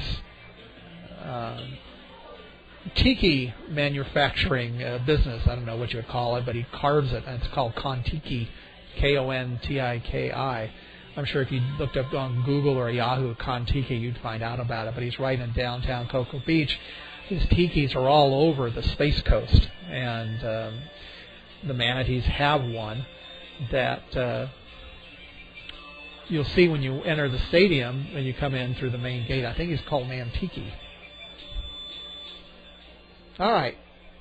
Rulon's first batter that he'll face will be Eric Komatsu, with Matt Klein taking the lead off a second, and the Manatees looking for more. They already lead 6-1. Rulon works from the stretch, looks back at Klein off the bag at second, and the first pitch, fastball hits the outside corner, strike 1. Radar says 85 miles an hour. Komatsu bats left-handed. The outfield alignment is straight away for Komatsu, who singled in the first and grounded out to second in the third. Rulon's next pitch, same place but misses down low, and the count's 1-1. Mentioned earlier that you'll see third base coaches will usually take a couple of steps towards the plate from the coach's box when there's a runner on second, and that's certainly the situation now as manager Bob Missick is stationed in that position in case he needs to wave Klein around. Next pitch misses down and in, and the count's 2-1. And the reason they're in that position is as that runner's coming around, that runner's going to start to take a wide turn as he comes around the bag to score. And so the coach is going to need to take a look at the outfield alignment, make sure that the runner, first of all, can see him as he's either putting up the stop sign or waving him around, but he also needs to see what the outfielders are doing. Fastball misses away, and the count's 3-1. On deck is Kentrell Davis. It's also very common in the minors for the manager to coach at third base. Most of the time, you'll see the hitting coach will coach at first, and that's the case with Dwayne Hosey tonight for the Manatees. Pitch is high and away, ball 4, fastball, and Komatsu walks. So now runners are at first and second. With 2 down for Kentrail Davis, ground out to first in the first inning and doubled in the second to collect 2 RBI.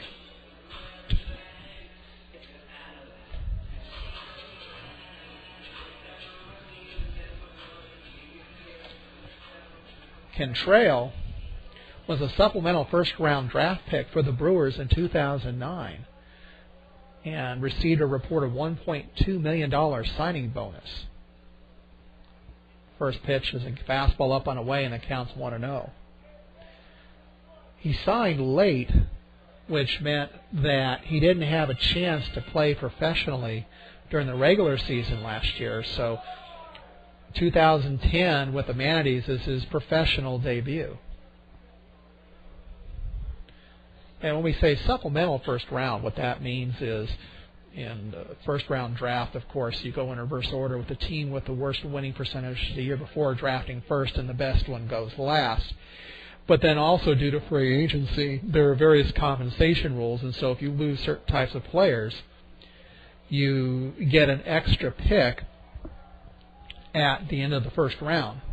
And don't ask me to go into those convoluted rules because I couldn't tell you.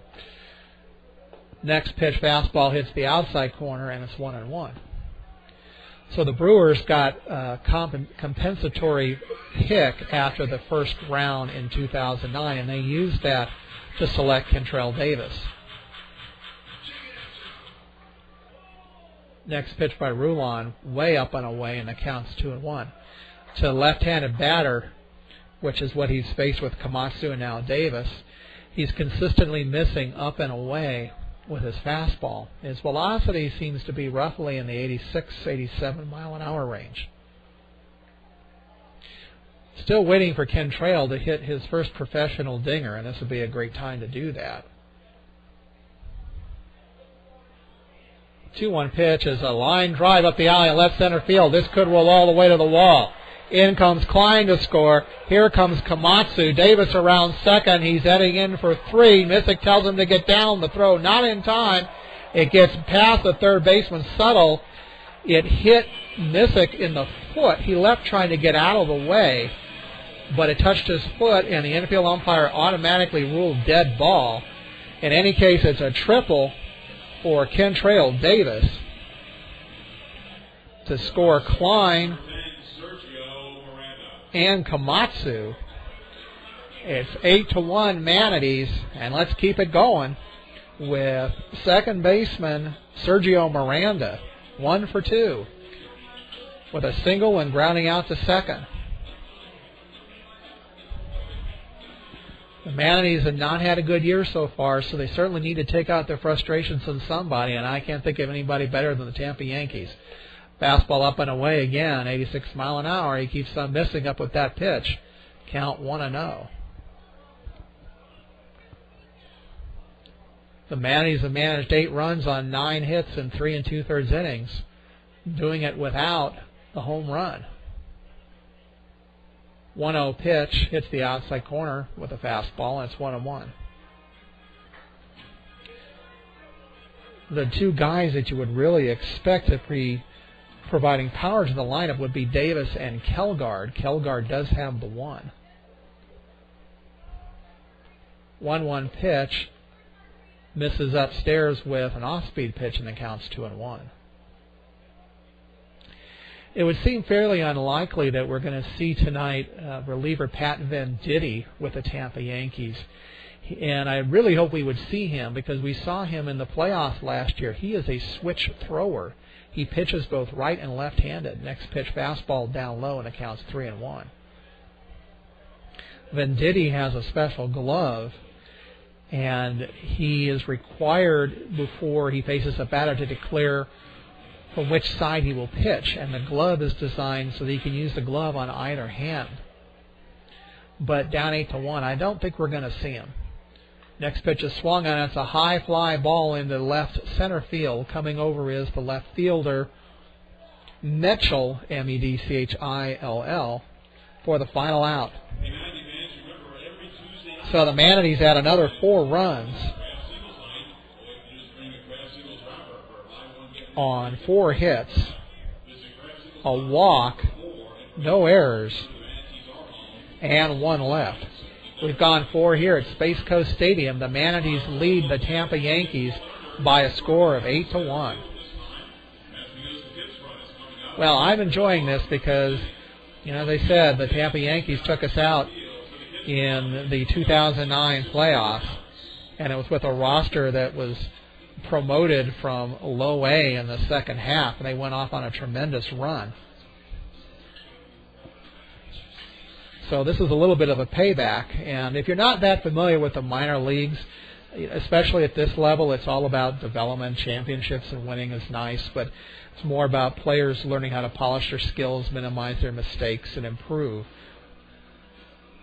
So the fact that players move up, move down, get released, whatever, is very common. And so the fact that the Yankees brought up a lot of players in the second half last year, that's totally normal. Nothing wrong with that. But still, it is the evil empire as we know it, and the parent club Yankees won the World Series, and then you see the Tampa Yankees win the Florida State League, and so you really don't mind all that much that the Tampa Yankees take a little bit of a spanking now and then. I'm going to take a quick drink of water, and I will be right back. Okay, top of the 5th, Manatees leading the Yankees 8-1. It'll be Addison Maruzic leading off for Tampa, followed by Mitch Abeta, the catcher, and Myron Leslie, the first baseman. First pitch by Peralta, fastball in the inside corner, and it's 0-1.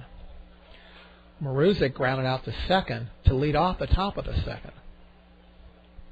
Big breaking ball bends in, and it's 0-2.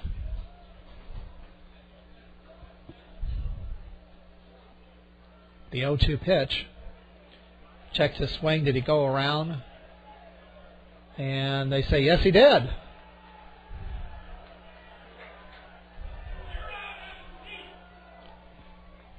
Well, the pitch was down and away. Maruzic did not successfully check his swing, but the ball was down in the dirt. De La Rosa picked the ball up, touched Maruzic, who was trying to sell that he had not gone around, and the home plate umpire thumbed him out for failing to run down to first. So credit Peralta with his second strikeout, and that'll bring up the catcher, Mitch Abeta, who grounded out to short in the second inning. Well, we thought this might be a pitching duel, and so far it's been one-sided, all in favor of Willie Peralta. His first pitch. Oh, behind the head of Abeta, who did not like that at all. He took a stare out to Peralta. Catcher De La Rosa walking out a few steps to the mound. Was there a context there? Hard to say. 1-0 pitch. Hits the outside corner with a fastball, and the count's 1-1. That one registered 95 on the radar. Batters do not like to have fastballs buzz behind their heads. This one misses down and away, and the count's 2-1. The obvious reason being you don't want to get hit in the noggin, but also your instinct when you think you're going to be hit is to fall away from the plate. And so if you really want to hurt somebody, you throw behind them because they're likely to dive into the ball. 2-1 pitch. There's a grounder down to Klein on a bounce. Goes across to first to Kelgard for the out. That's the 8th ground out recorded by Peralta. The first baseman, number 51, Myron Leslie. The statistics that minor league baseball provides internally to every organization. One of the statistics is ground outs divided by all outs. Just when you think you can't come up with another obscure stat, there's ground outs to all outs. First pitch by Peralta to Leslie, fastball, strike 1.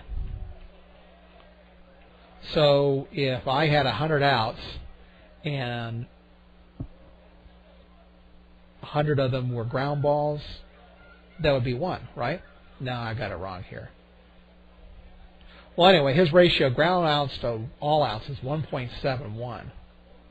All other outs. That's how it works. So it's ground outs to all other outs. So if I've got 100 ground out or 100 outs, here's the 1-1 pitch, and this one misses away. It's 2-1.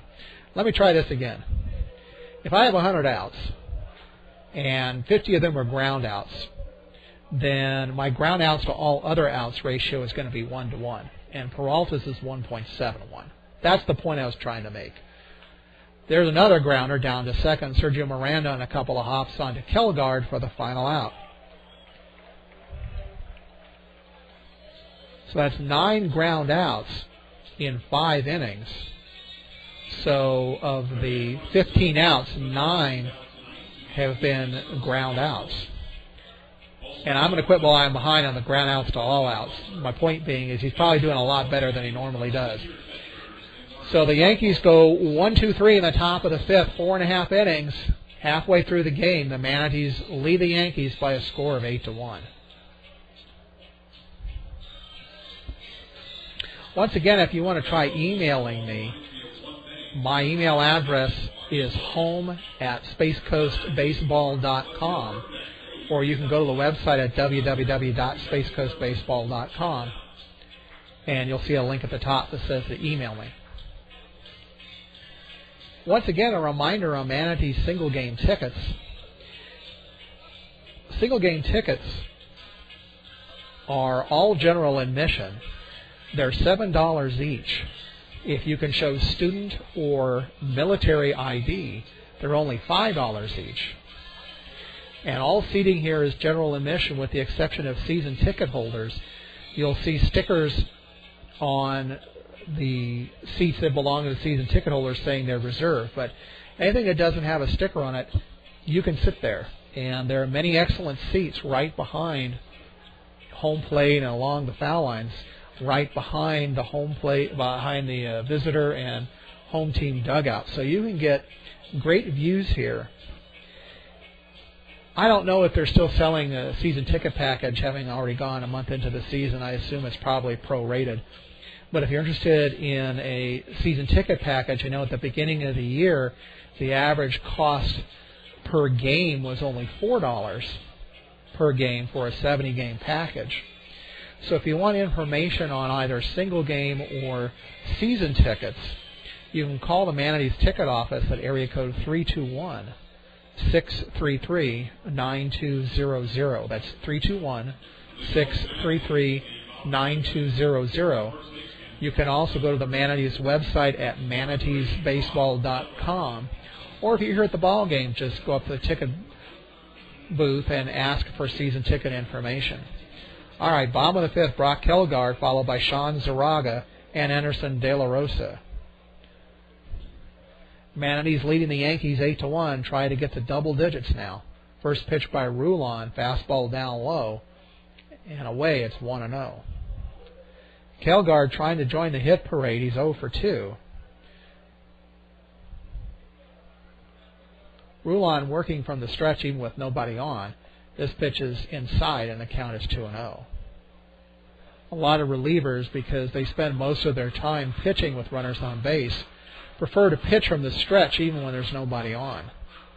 Rulon is standing on the first base side of the rubber.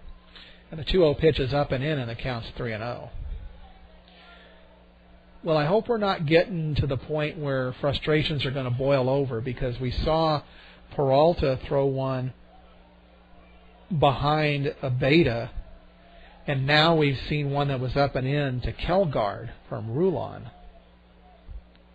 The 3-0 pitch, high, and then ball 4, Kelgard takes first.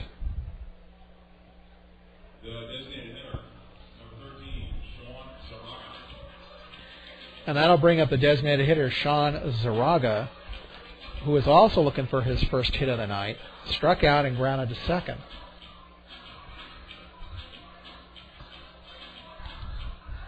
Zaraga raised not too far from here, about 200 miles to the south down the I-95. in Boynton Beach, Florida. First pitch high and away. He's missing a lot with his fastball up there, and calling time is catcher Mitch Abeta, and now going out to join them is the manager, Torrey Tyson. Nobody's up in the Yankee bullpen, although I do see somebody moving around. And now the trainer comes out, and this is suggesting that this is an injury situation. Tyson walking back to the dugout, leaving the trainer behind him. So I don't know if this is going to count as a visit or not.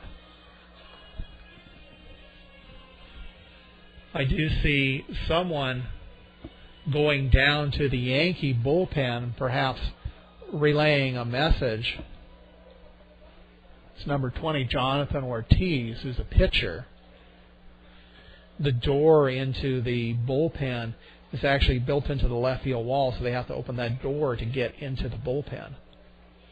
Okay, Rulon's fine, and the second pitch, it bounces away from the catcher. He doesn't see it. It rolls to the backstop, and moving up to second is Kelgard. We don't hear from the official scorer on wild pitch versus pass ball rulings, so humor me, and we'll call that a wild pitch. And if you're really interested in the official ruling, you can get the official box score through the Minor League Baseball website. You can go to minorleaguebaseball.com, although the easier way to type it is MILB.com, and then you can click on scoreboard and then select the Florida State lead. All right, there's a fastball that hits the outside corner, and the count's 2-1. Zaraga, as I was telling you, is out of Boynton Beach, which is about a little less than 200 miles to the south of here. Next pitch is swung on, and it's line foul back into the stands on the third base side behind the Yankee dugout. It was a laser, but thankfully nobody's sitting there, and it counts 2-2. Zaraga was part of the Perfect Game USA 2006 National Showcase. While in high school, he was a catcher and a third baseman. There's a breaking ball that hangs up, and Zaraga loops it into left field for a base hit. Stopping at third is Kelgard. And then, so Zaraga has his first hit of the game. So with runners are on first and third and nobody out, that'll bring up catcher Anderson De La Rosa.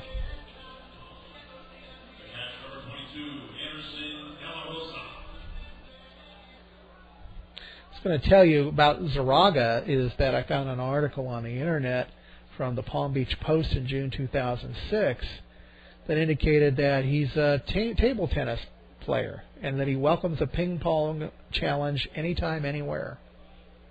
All right, De La Rosa at the plate, struck out and singled. First pitch bounces in the dirt again, blocked by Abeta, who keeps it in front of him, and the count's 1-0.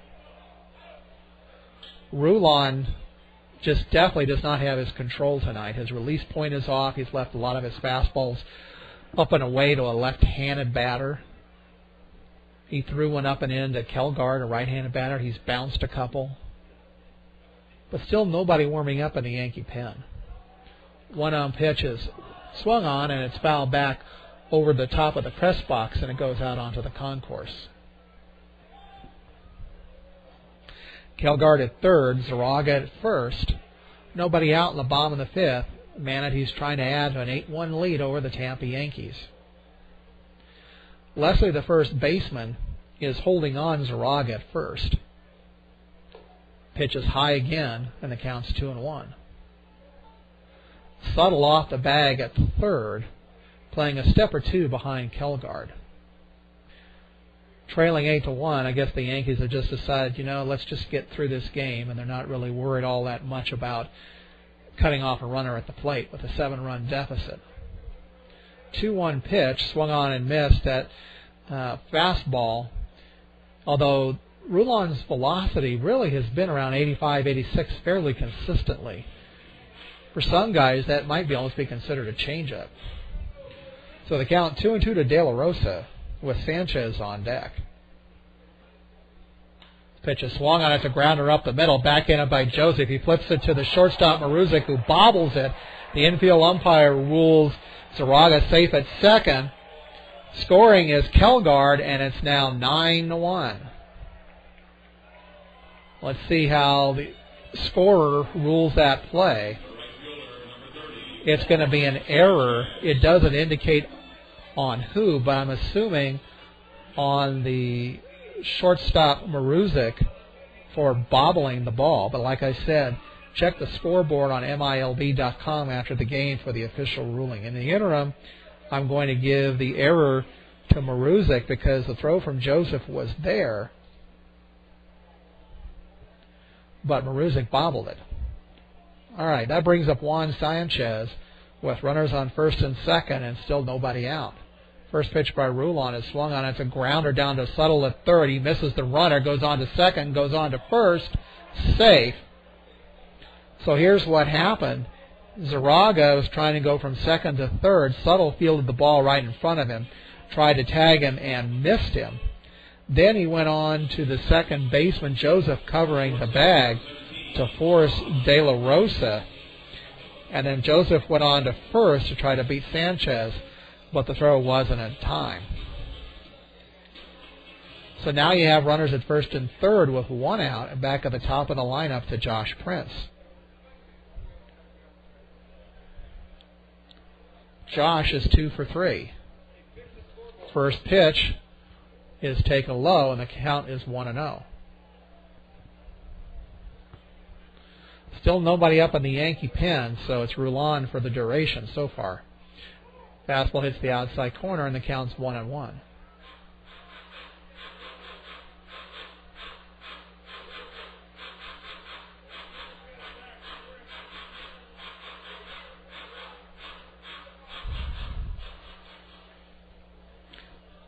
Next pitch is on the inside corner with a breaking ball, and the count's 2-1.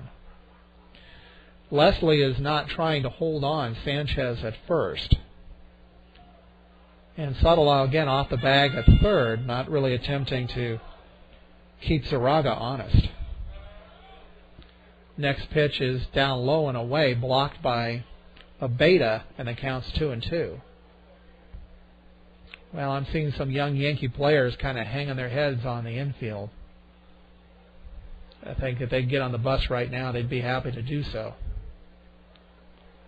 2-2 pitches, a line drive up the alley and left center field. That's going to make it 10-1. Stopping at second is Sanchez as Zaraga scores. And so now the Manatees are in double digits, leading 10-1. So Zaraga scores on the single by Prince. And Sanchez advances to second.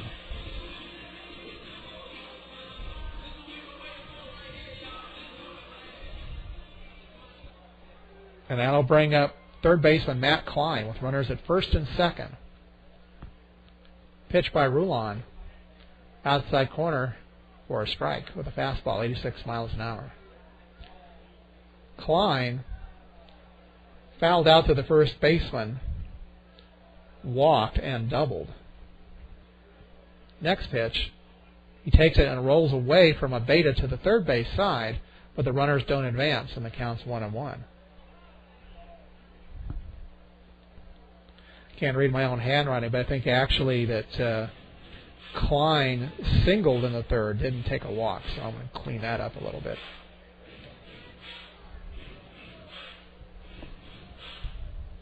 Prince at first, Sanchez at second, one down, 10-1 Manatees. Next pitch is a fly ball swung on the opposite way, curling towards the foul line. The right fielder Rye is there.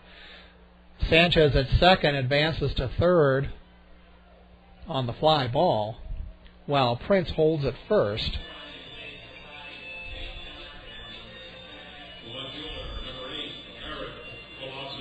So with two down and runners at the corners, Eric Komatsu comes to the plate. Komatsu singled, grounded out to second, and walked.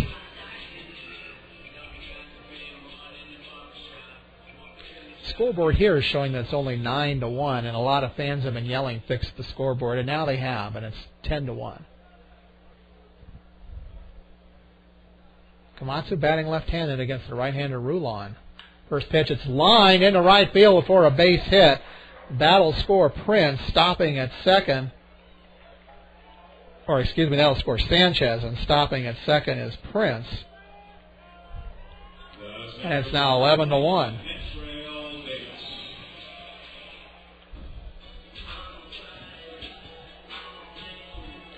For the Manatees, 2 runs in the first, none in the second, 2 in the third, 4 in the fourth, and 3 in the fifth. Kentrell Davis grounded out the first, doubled and tripled. If you're thinking like college baseball, sorry, there's no mercy rule here. We're here until the end.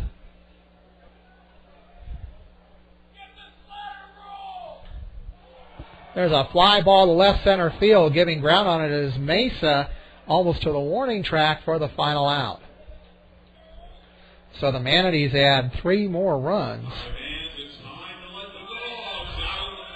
on 3 hits, 1 error, and 2 left. We've gone 5 with the Manatees romping over the Yankees 11-1.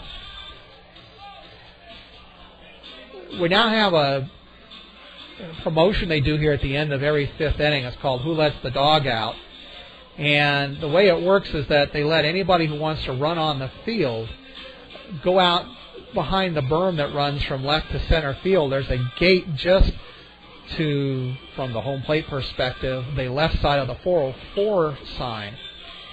And people could run on the field and go from center field to a gate that's just beyond the visitor dugout on the third base side. It's nice in theory, and from what I've seen so far, it tends to be somewhat chaotic. It's mostly kids with a few parents. And the kids seem, on the whole, to do the best of anybody. A lot of the adults are not in the best shape. When we did the last broadcast, the team mascot, Manny, the Manatee, was out there. And when they wear that big mascot head, they don't have much peripheral vision. And he tripped over a little boy and went beak first, or whatever you call the nose on a manatee, snout perhaps. The little boy got up and kept on going, but Manny seemed to be a bit stunned. During the playoffs last year, I saw a rather large gentleman out there, had a beer in either hand, and he was barely mobile. I think just gravity, his inertia kept him moving forward, and he was the last one off the field by far. So it is a unique promotion. I haven't seen it elsewhere. We have a new pitcher, I believe, for the Manatees, I take that back, because the umpire was pointing up here, which is what they normally do when there's a pitching change, but that is still Willie Peralta out there, so never mind. We go back to the top of the lineup for the Tampa Yankees. Right fielder Jack Rye, followed by Corbin Joseph, the second baseman, and third baseman Brad Suttle. First pitch by Peralta.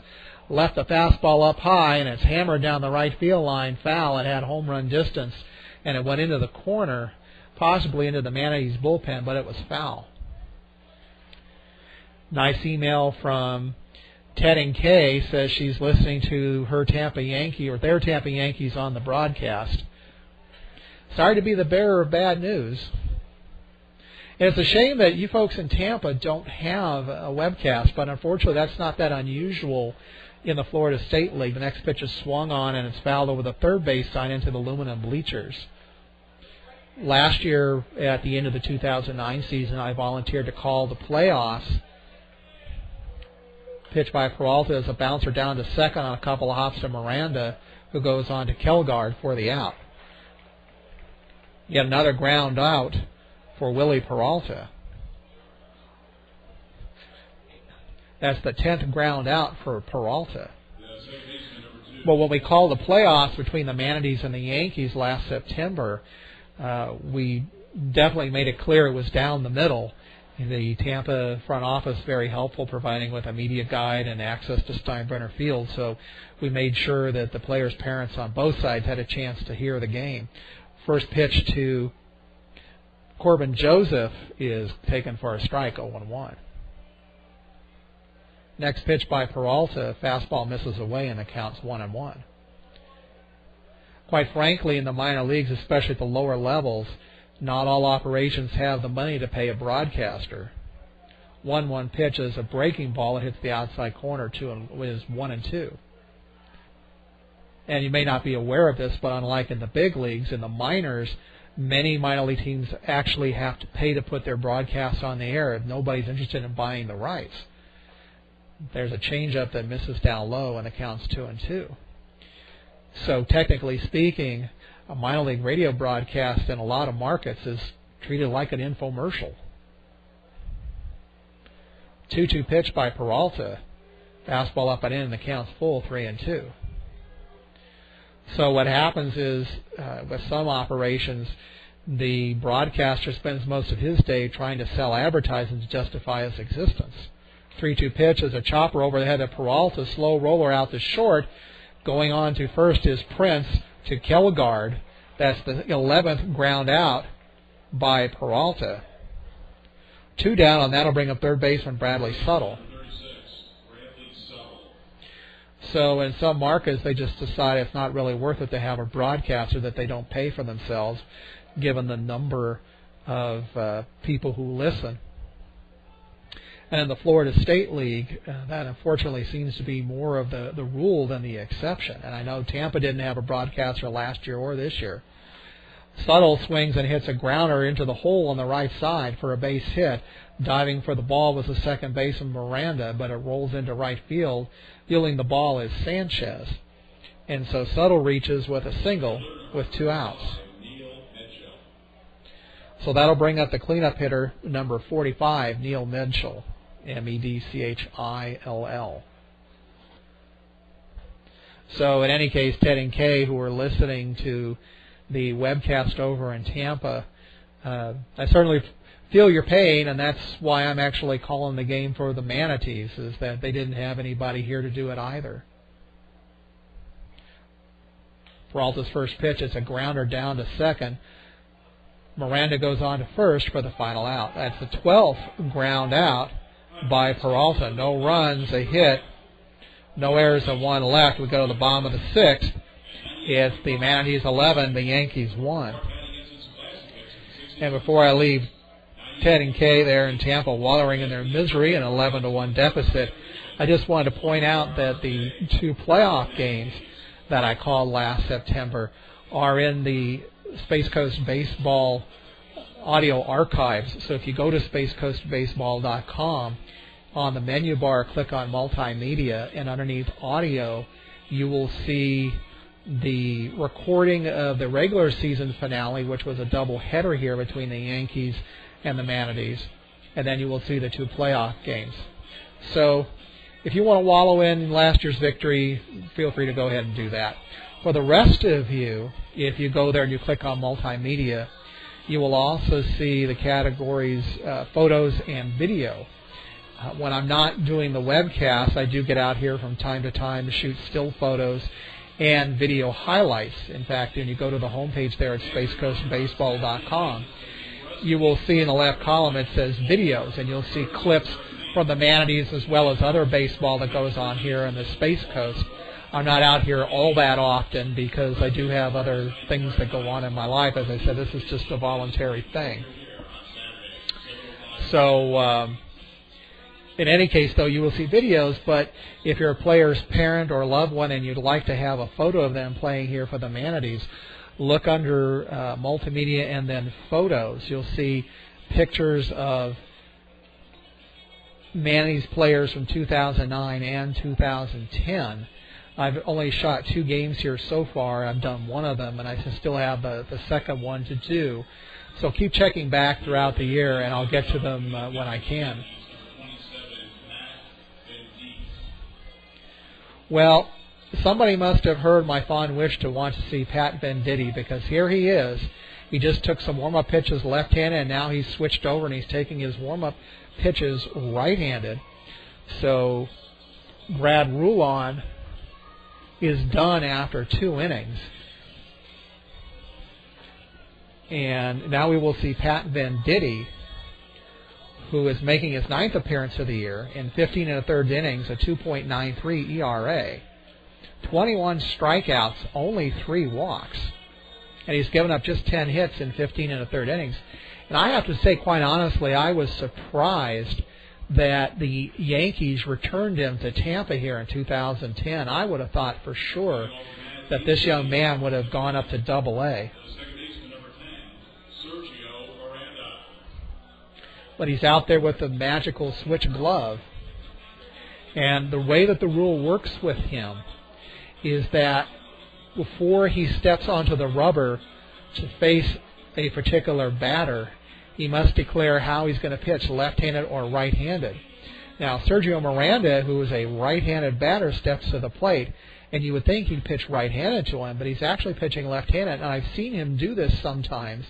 First pitch hits the outside corner for a strike, where Venditti, instead of going right-handed to a right-handed batter and left-handed to a left-handed batter, will do it opposite.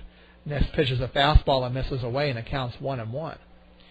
If you're wondering why that is, that you would want that kind of a matchup, 1-1 pitch swung on as a line foul into the right field seats, and it bounces off of an empty chair, just barely missed somebody not paying a lot of attention. But you think about a right-handed pitcher and a right-handed batter. When the right-handed pitcher throws a curveball, what's it going to do? It's going to bend towards the batter and then back towards the plate. Fastball misses away and it counts 2-2. So it tends to intimidate a hitter. And certainly with a left-handed pitcher and a left-handed batter, it's the same situation. 2-2 pitch, swung on, and it's fouled more lazily down the right field line. Count remains 2-2. So the only reason I can think of why Venditti does not want to pitch right-handed to Miranda is maybe their scouting report says that he doesn't have a problem with that. This is a fastball, a way that he reaches out and swings at and pokes it over into the stands again. The count remains 2-2. We have a bit of a lightning show going on beyond the fence in center to right center field. 2-2 pitch swung on and it's fouled right back into the net, and the count remains 2-2. Let me get an update from weather.com, and if you want to play along on the weather forecast, you can go to www.weather.com. Next pitch is swung on, and it's going to be a little fly ball in the center field. Racing back is Mesa, who does a Willie Mays-like catch there in center field as he catches it over his shoulder into his glove for the first out. The first baseman, number 33, Brock Kelmar. That carried a little bit more than I thought it would. It looked at first like it was maybe going to fall into shallow center field, but it kept carrying. Anyway, if you go to weather.com, and in the search box at the top, type Viera, Florida, V as in Victor, I-E-R-A, comma, F-L. And you'll be able to get the weather for Viera. First pitch to Kelgard is rolled foul down the third baseline, and it counts 0-1. Kelgard walked his last time up, but in this slugfest, still looking for his first hit. There's a big breaking curveball that falls in for a strike, and it counts 0-2. Strike 3 called on a breaking ball, and Kelgard goes down looking. Kelgard and Juan Sanchez are the only two Manatees hitters without a hit. So with 2 down, that'll bring up designated hitter Sean Zaraga. The current weather forecast shows only a 10% chance of rain, but I got to tell you, the weather here is so fickle. We had one game last year towards the end where the weather forecast said 0% chance of rain, and we had an hour rain delay. One cloud over the ballpark, just poured. First pitch is swung on, and it's rolled back into the net, and the count is 0-1. It looks like it caught a piece of the catcher of Beta as he bends over in a bit of agony. In fact, here comes the Yankee trainer to check him out. When you go to weather.com, you can look at current conditions hour by hour.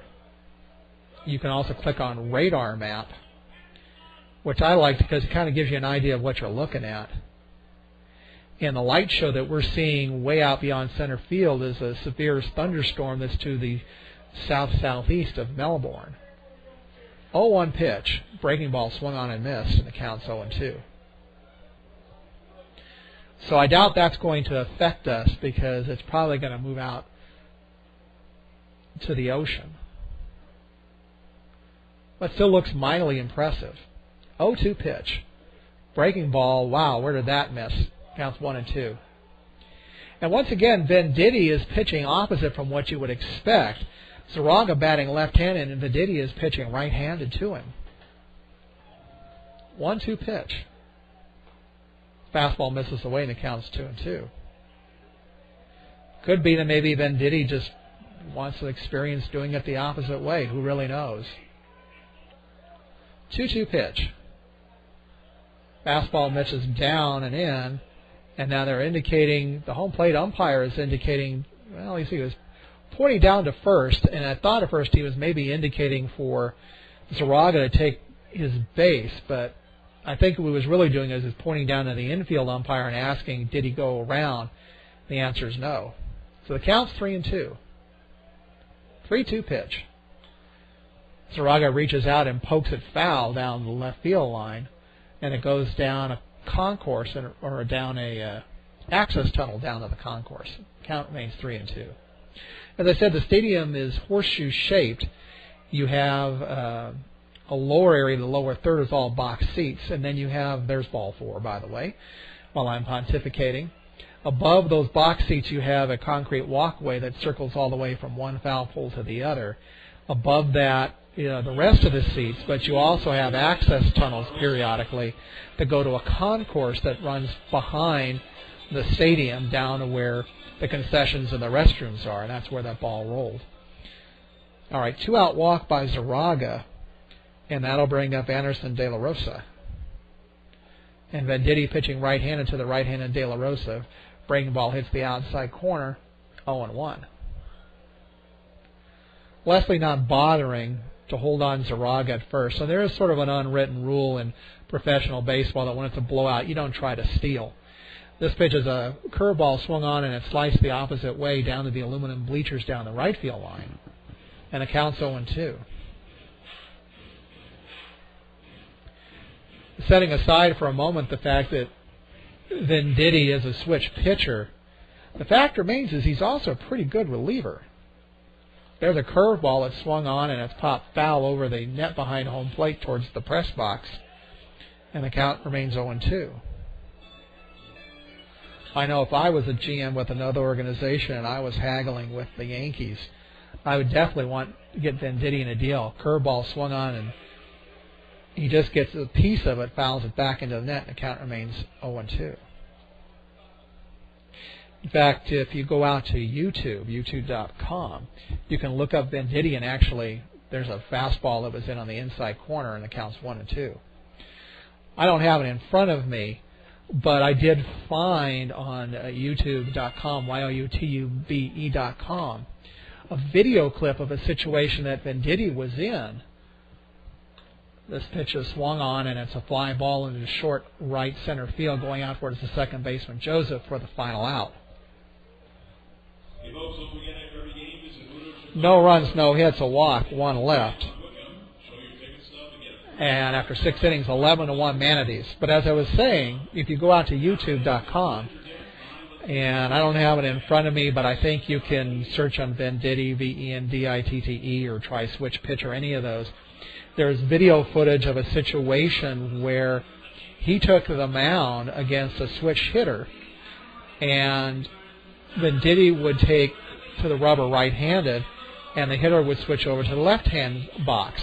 Venditti would then switch the glove, so he pitched left-handed, and the batter would switch to the right side. And this went back and forth and back and forth and back and forth until finally the umpires decided to make Venditti commit one way or the other, and that led to the rule that he must declare before he takes the rubber which way he's going to approach a particular hitter. Well, apparently we have a defensive change because the home plate umpire is waving to us, and he's pointing out towards right field. Let's see if I can figure out what the change is.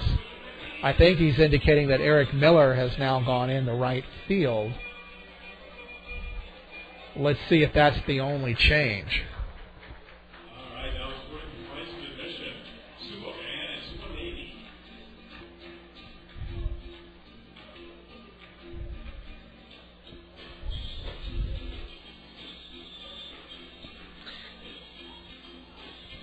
Willie Peralta is still on the mound as they go to the top of the 7th. He'll face Melky Mesa, Trent Lockwood, and Addison Maruzic.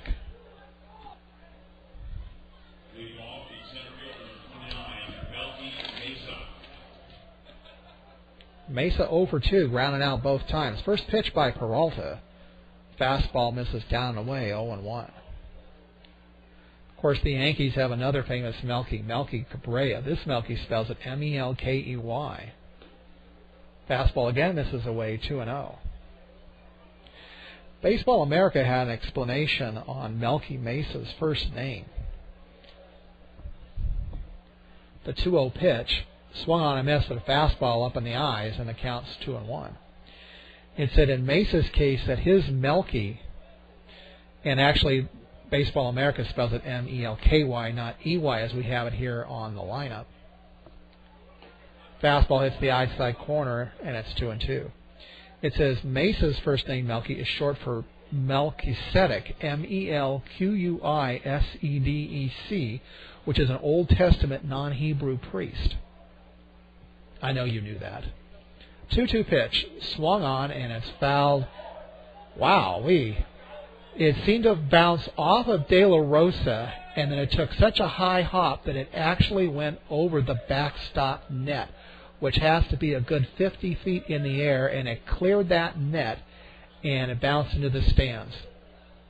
Now, what it hit and how it did that, I have no idea, but it didn't look like it was very fun for De La Rosa. 2-2 pitch by Peralta. Fastball misses away, and the count goes full 3-2. Even though he's in the 7th inning, Peralta still seems to have his velocity. The radar gun says 96. 3-2 pitch. Swung on, and it's fouled back here towards the press box.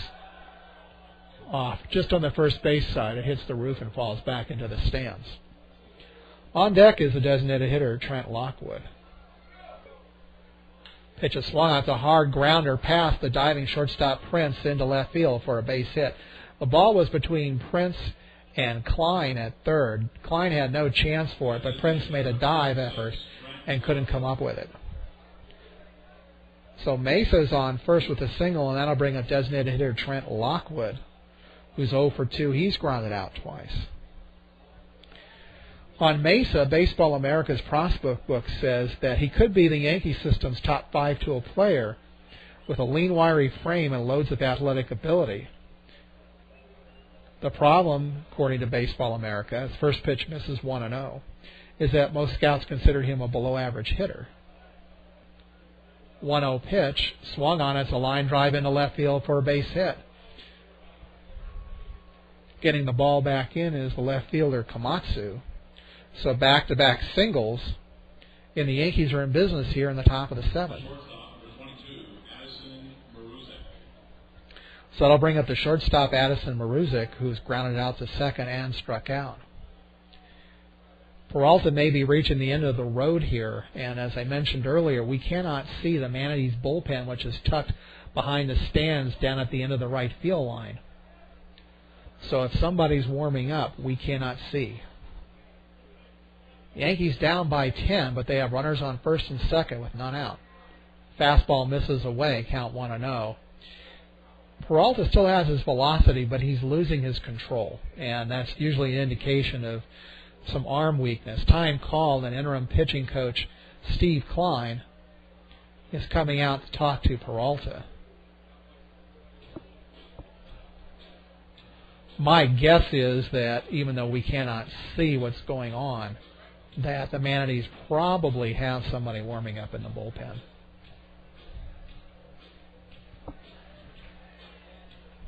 Peralta, in 5 starts this year, 26 innings, that's an average of just over 5. So you would think certainly, at least in terms of innings, he's pushing the outside of the envelope.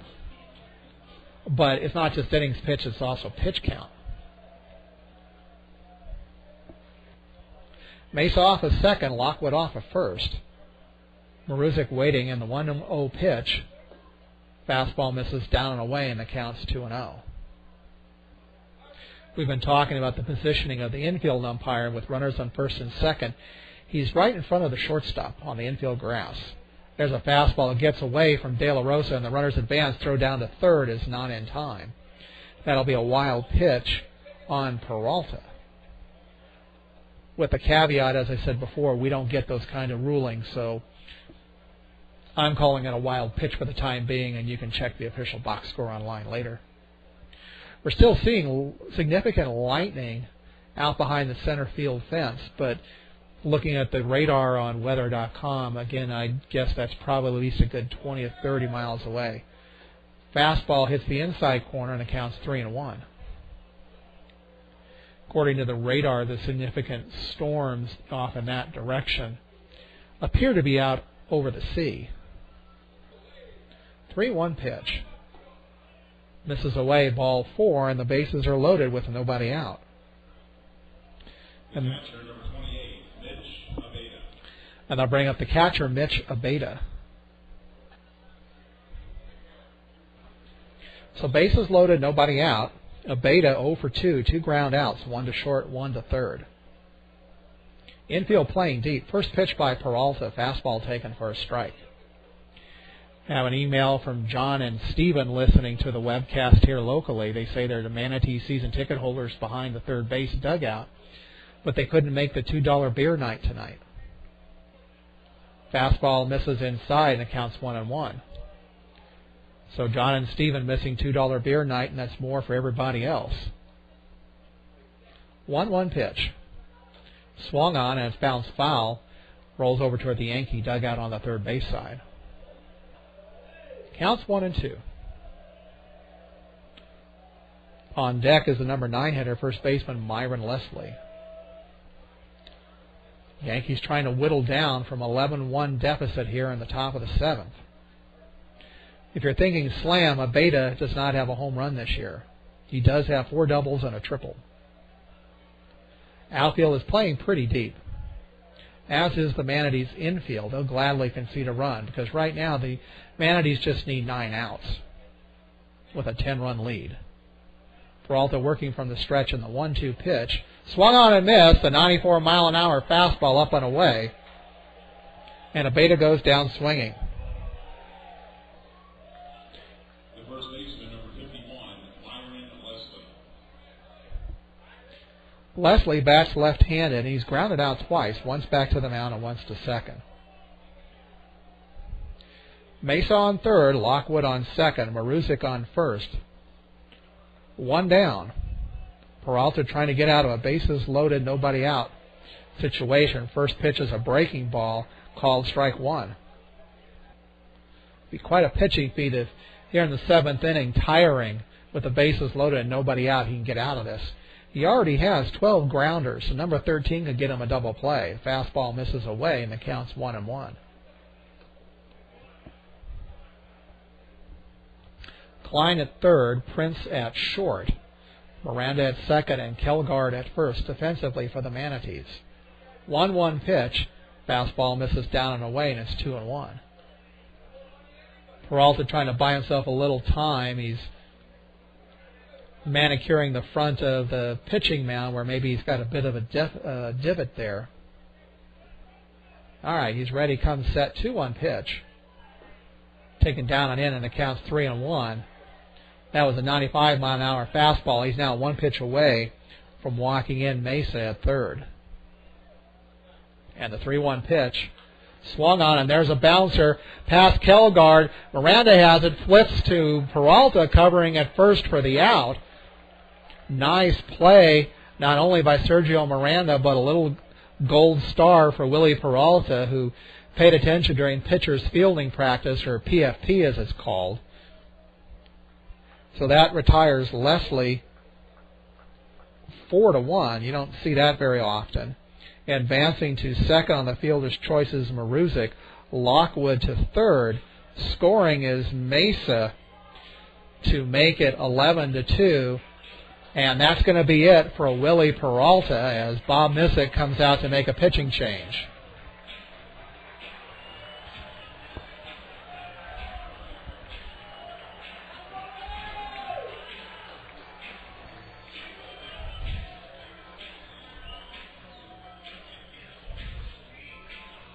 We'll let you know who the new pitcher is in just a moment. Great pitching job by Willie Peralta. 6 2/3 innings, allowed 2 runs, 7 hits. Struck out 3. Walked 1. And as I said, he had 13 ground outs, which is an excellent, excellent pitching performance, especially against the Tampa Yankees. New pitcher is a left-hander. Let's see if we can get his number. It's going to be number 32, Evan Fredrickson, E-V-A-N, Fredrickson, F-R-E-D-R-I-C-K-S-O-N. Evan making his 8th appearance of the year. In his first 7 games, 10 innings. Allowed 6 runs on 11 hits. Struck out 10 and walked 14. You don't like to see that strikeout to walk ratio going in the opposite direction. So here's an opportunity for Evan Fredrickson to improve his numbers so far on 2010.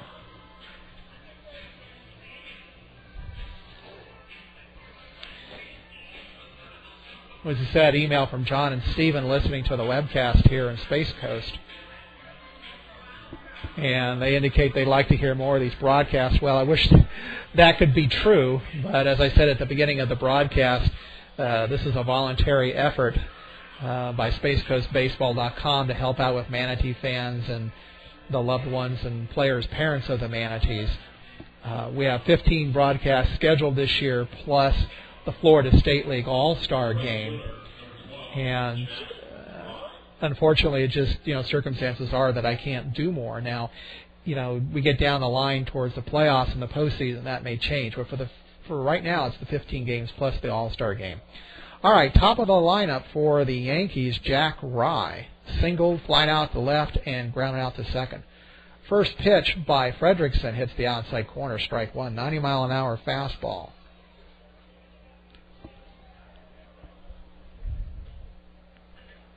Runners at second and third, 2 out.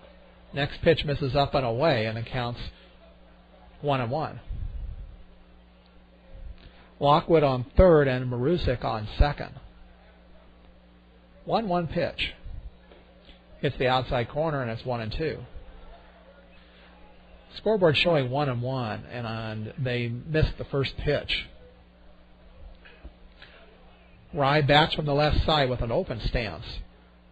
1-2 pitch swung on. He gets just a piece of it. It's a slow roller down to Klein at third, who scoops in and holds on to the ball rather than trying to throw it. It'll be an infield single for Rye. Scoring for third is Lockwood to make it 11-3, and advancing to third is the shortstop Marusic. So 2 down, runners at the corners. The Yankees have whittled the deficit down to 8 runs. And that'll bring up second baseman Corbin Joseph. Corbin singled twice and grounded out to short. Batting left-handed against Fredrickson, who comes set, looks over the runner at first, who's not being held on. Big breaking ball left up and away, and the count's 1-0.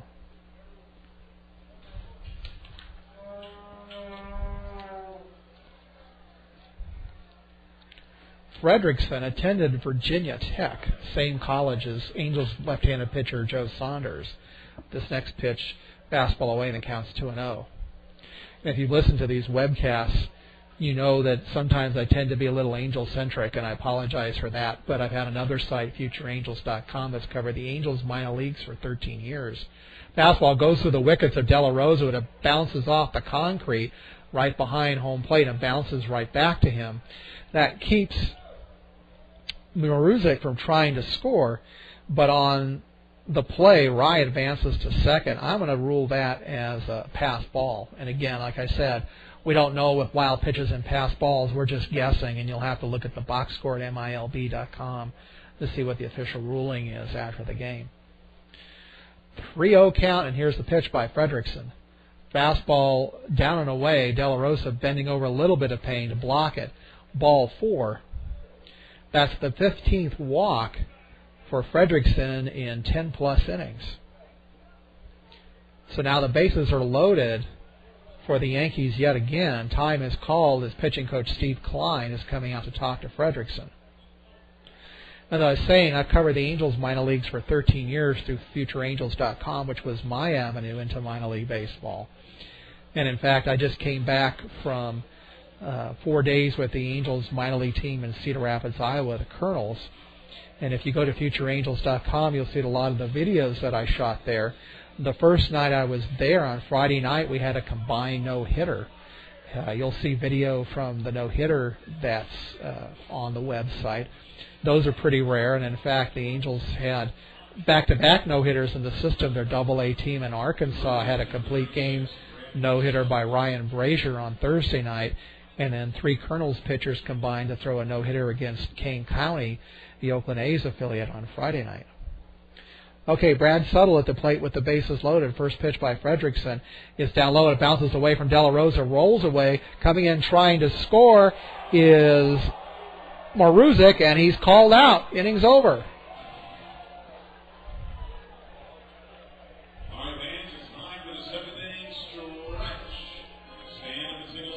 Maruzic tried to score, and we saw the ball roll away from De La Rosa, but he scrambled after it. And once again, that pitcher fielding practice paying off as Fredrickson raced in to cover the plate. Maruzic tried to score, but he's erased 2-1. And that ends the inning for the Yankees. So the Yankees posted 2 runs on 3 hits, a walk, 2 walks, and they leave 2 runners. We go to the stretch half of the 7th, and it's the Manatees 11, the Yankees 3. So in any case, babbling on about the Angels connection. My wife and I moved here to the Space Coast of Florida. It'll be a year on June 3rd, actually. And I volunteered to get involved with the Manatees here because the tradition in the minor leagues is, regardless of your affiliation, everybody takes care of everybody else because most minor league teams don't have much resources. So most of the knowledge I have about minor league baseball comes from my exposure to the Angels. And so, when I know about something and it happens to be Angel-centric, well, I'm sorry about that, but that's just the way it turns out. And in Evan Frederickson's case, he's from Virginia Tech, as was Joe Saunders. And Joe Saunders became noteworthy a couple of years ago when they had the shooting tragedy at Virginia Tech that Major League Baseball allowed him to actually wear a Virginia Tech cap during his next pitching start as a tribute to his former college. Leading off the Yankees in the bottom of the 7th inning, the right fielder, number 30, Juan Sanchez. Pat Venditti takes the mound again for his 2nd inning of work. He'll face Juan Sanchez, followed by Josh Prince and Matt Klein. Now, we said that Eric Miller had entered the game. First pitch is called a strike, 0-1. We said that Eric Miller had entered the game at the top of the 7th. So the question is, where did Sanchez move to? And I haven't picked that part up yet.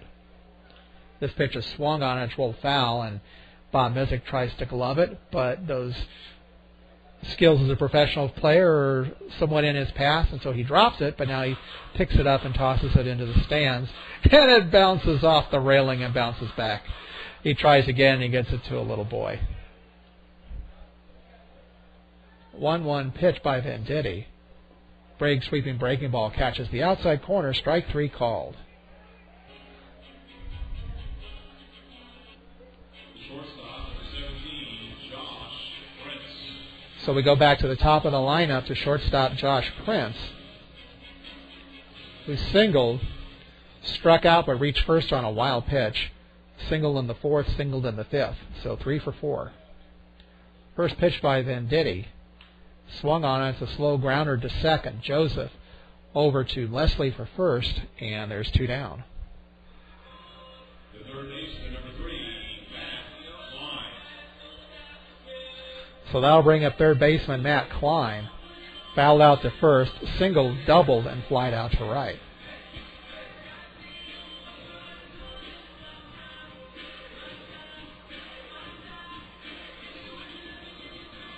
Venditti faced Prince right-handed, and he's pitching right-handed to Klein. First pitch by Pat. Misses away, 1-0. Next pitch by Venditti. Swung on it. It's a hard bouncer and a couple of hops to Joseph at second. He goes on to first. And the Manatees are gone in order. We've gone 7 here at Space Coast Stadium with the Manatees leading the Yankees 11-3. But let me see if I can figure out where it is that Sanchez went in the last inning. If he did not leave the game, we said earlier he's the super utility player and he goes to almost every position. So if he didn't leave the game when Miller came in, then he went to another position.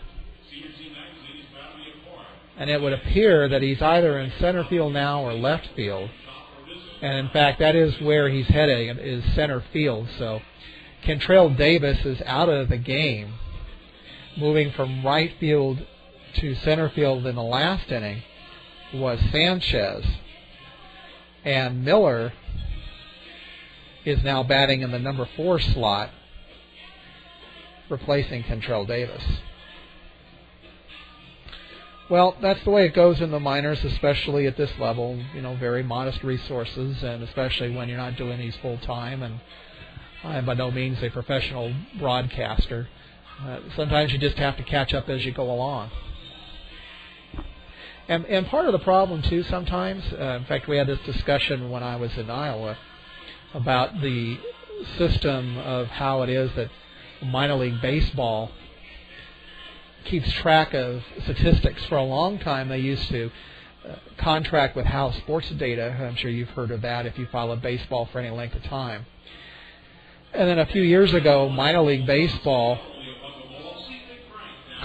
broke that contract with House Sports Data and went with another company, I think it was called Sports Ticker. And that didn't go very well. And meanwhile, Major League Baseball, these are two separate entities, Major League Baseball and Minor League Baseball. They're two different business entities that contract with each other. Anyway, Major League Baseball had created something called Major League Baseball Advanced Media to handle all its Internet-related services. And they incorporated all the Major League statistics into Major League Baseball Advanced Media, or as it's known for short, BAM, B-A-M. Okay, top of the 8th, Brad Suttle leading it off. First pitch by Frederickson swung on. It's a hard grounder to Klein behind the bag. Goes across the diamond to Kelgard, 1 out. The Yankees seem to be a little bit more aggressive at the plate in the last couple innings. They seem to just want to go home. But they whittled the deficit down to 8. So that'll bring a left fielder, Neil Medschel. In any case, BAM took over doing statistics for Major League Baseball, and then about 2 years ago, I believe it was, Minor League Baseball decided to contract with BAM to run the minor league sites. So that process moved over the collection of statistics in Minor League Baseball to BAM as well. First pitch by Frederickson, fastball misses, probably just a little high, and the count's 1-0. And one of the ways that BAM identifies a player is they give them a unique ID number, so that regardless of whether they're in the majors or minors, they have an ID number. Next pitch is a fastball, hits the outside corner, 1-1. So when a major league or minor league operation enters the starting lineups into the computer, they really put in the ID number associated with that player's name. Fastball swung on a miss, and the count's 1-2. It wasn't that long ago that you really didn't see the box scores until after the game. And after pioneering live play-by-play with Major League Baseball, BAM brought that feature last year to Minor League Baseball as well. 1-2 pitch by Frederickson, fastball up and away, and it's 2-2.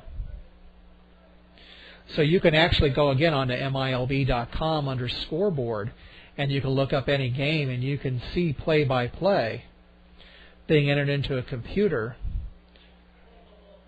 usually at the end of each half inning. Fastball misses down and away, and the count's 3-2. The only problem is that anytime you have human beings entering data, you're subject to error, and it happens from time to time. And sometimes you even get the wrong player ID entered.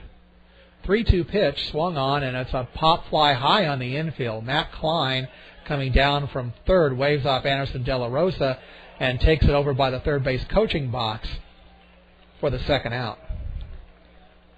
Well, that took a while to come down. So with 2 away, that'll bring up center fielder Melky Mesa. Yeah, center fielder number 29, Melky Mesa. So as I said, you get human error, and if nobody's paying close attention, obviously Bam's not going to know any better. And if nobody on the other end at the local team catches it, you could have a mistake that goes into the official records. Fredrickson's first pitch to Mesa, fastball up high, and it's 1-0.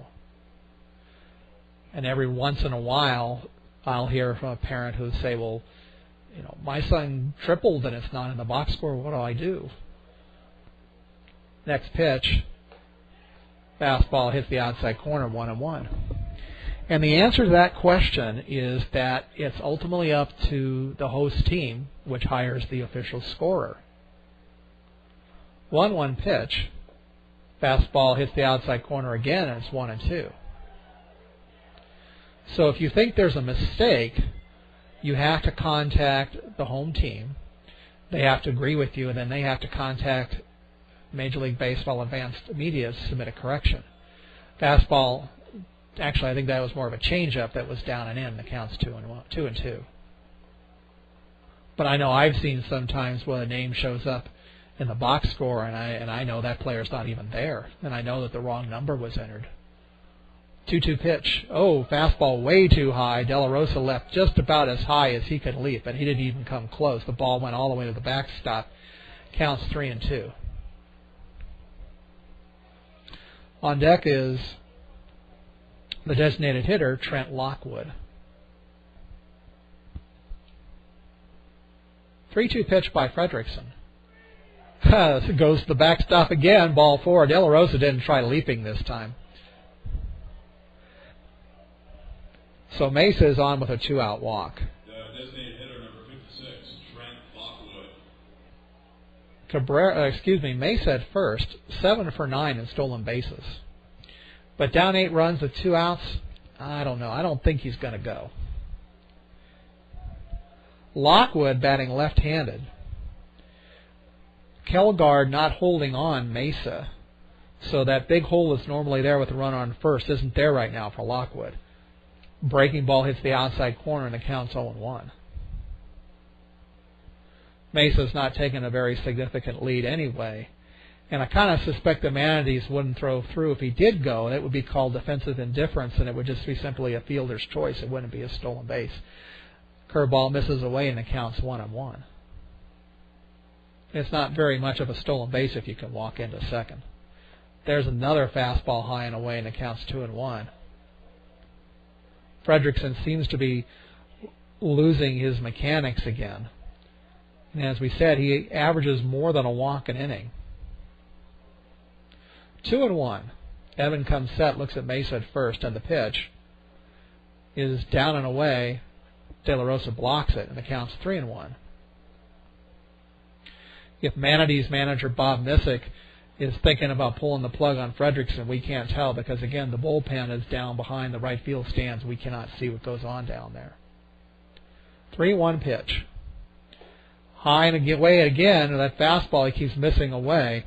Ball 4, and here comes Missick, and that's going to be it for Evan Fredrickson. Back-to-back walks by Fredrickson to put runners on first and second with 2 down on the top of the 8th. Manatees trying to hold on to an 11-3 lead. They only need 4 more outs. So that's it for Fredrickson. And let's see who our new pitcher is. Meanwhile, Evan, who came on in the 6th with 2 outs, winds up being credited with a total of 1 inning of work. He gave up a single and 3 walks, struck out none. New pitcher for the Manatees is right-hander number 34, Corey Frerichs, Frerichs. 5'11", 200 pounds. Just turned 24 Well, actually, he turns 24 tomorrow, May 7th. He's out of Conroe, Texas. Frerichs making his 11th appearance. He has a 1-1 record, 2.08 ERA, all in relief.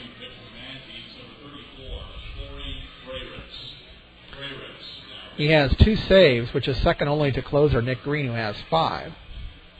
In 17 1/3 innings, Corey, 11 hits, 4 earned runs, 12 strikeouts, and 5 walks.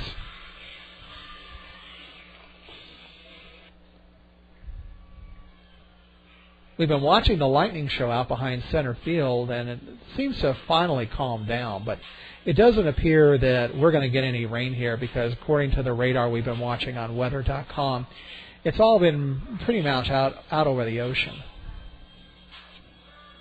If you've been following the national news, of course, about the oil spill in the Gulf, there's been some concern that it might make it this way because the Gulf Stream goes down from the Gulf around the southern tip of the Florida Peninsula and then comes up the East Coast. And as I said earlier, we're one of the largest wildlife refuges in the continental U.S. We have a lot of endangered species here, including the manatee, and so there is some concern here.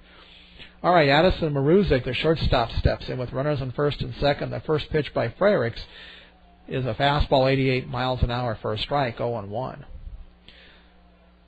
Maruzic grounded to second, struck out, and walked. Mesa off a second, Lockwood off a first. Right-hander Frerichs' 0-1 pitch swung on a miss, and the count's 0-2. That was a breaking ball. Maruzic, 9 hits this year, came in batting just .225. 3 of those 9 hits were doubles, no homers.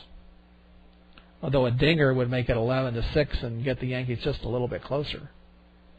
0-2 pitch, fastball misses way away, and the count's 1-2. Maruzic bats right-handed, but the center fielder Sanchez is playing him, maybe about 20 feet into right center field. And in fact, the left fielder Komatsu is also shaded into left center field. 1-2 pitch, swung on as a slow bounder back to Frerichs at the mound, who goes on to Kelgard for the final out. So Frerichs gets the job done. For the Yankees, no runs, no hits, 2 walks, no errors, and 2 left. We go to the bottom of the 8th. The Manatees 3 outs away from a win. They lead the Tampa Yankees by a score of 11-3. Once again, for those of you who might be listening here in the Space Coast area, a reminder that the Manatees will be hosting the 2010 Florida State League All-Star Game. I've worked a couple of minor league All-Star games in the past out in the California League, and they really are something special because I guarantee you are going to see players who will be in the major leagues and fairly soon. I've seen players in advanced Class A minor league All-Star games who were in the big leagues a year later. So you never know, but certainly it's the best talent in the Florida State League. And it'll be an opportunity for you to get some souvenirs, get some autographs. I know there's going to be an autograph session. If you go to manateesbaseball.com, they have lots of information about the All-Star Game on there. It's on Saturday, June 12th, with game time at 7:35 p.m., but there are lots of other events going on. There will be an All-Star Gala that will include a banquet dinner. And I know that they are having some sort of an autograph event. I think I saw it's going to be at the Brevard Zoo, but don't quote me on that. That's a secret between you and me. I think I saw that on an ad here in the stadium somewhere. But go to manateesbaseball.com and check it out. But I would certainly recommend that if you're a baseball fan, especially a collector, this is your opportunity to get to these kids before they're in the big leagues. You know how hard it is to get to a major leaguer to get an autograph, so get them while they're down here. If you like to collect autographs, one of the things I always suggest to people, especially with the minor leagues, is to go to a local sporting goods store and get a box of Major League Baseballs and just bring those along with a black Sharpie or a blue Sharpie and take that box with you and get the players to sign those. We have a pitching change and a defensive change for the Yankees. they have moved first baseman Myron Leslie to the mound to pitch the bottom of the eighth. Also coming in to play first base for the Yankees, number 56, Trent Lockwood. Trent Lockwood, who was the designated hitter, now goes to first base. So the Yankees surrender the designated hitter by bringing in Leslie to pitch and Lockwood from designated hitter to play first base. Well, let me research here while Eric Komatsu comes to the plate and see if Leslie has ever pitched before. First pitch by Leslie. Fastball down, I thought it was down the middle, must have missed low, ball one. That shows 86 mile an hour on the radar. Next pitch by Leslie. Fastball hits the outside corner at 88, 1-1. Well, Leslie came in batting ninth. He was hitting only .218. Maybe he has a future in pitching. Or maybe he's been converted from another position. 1-1 pitch. Fastball misses up, and the count's 2-1. Next pitch is swung on. It's popped foul back towards us. It'll be up on the roof. And the count goes to 2-2. Another excellent resource for looking at baseball statistics, which is what I'm doing right now, Myron Leslie. This pitch is swung. It's a high fly ball over on the first base side. Going over towards the railing is Lockwood, and he misses it. Count remains 2-2. But a great resource for baseball statistics, major and minor leagues, is baseballreference.com. It's www.baseball-reference.com. And they have great statistical data, not just for current players, but also historical minor league data that they've been building. And I'm looking right now on Leslie. This pitch is swung on. It's a grounder down to second, backhanded by Joseph behind the bag, twirls and throws on to first for the out.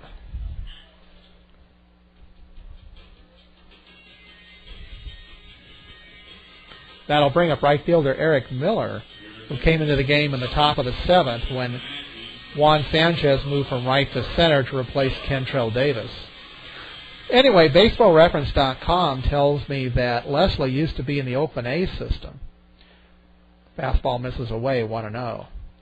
And that he had two emergency relief pitching appearances with the A's Double-A team in Midland in 2007 and 2008.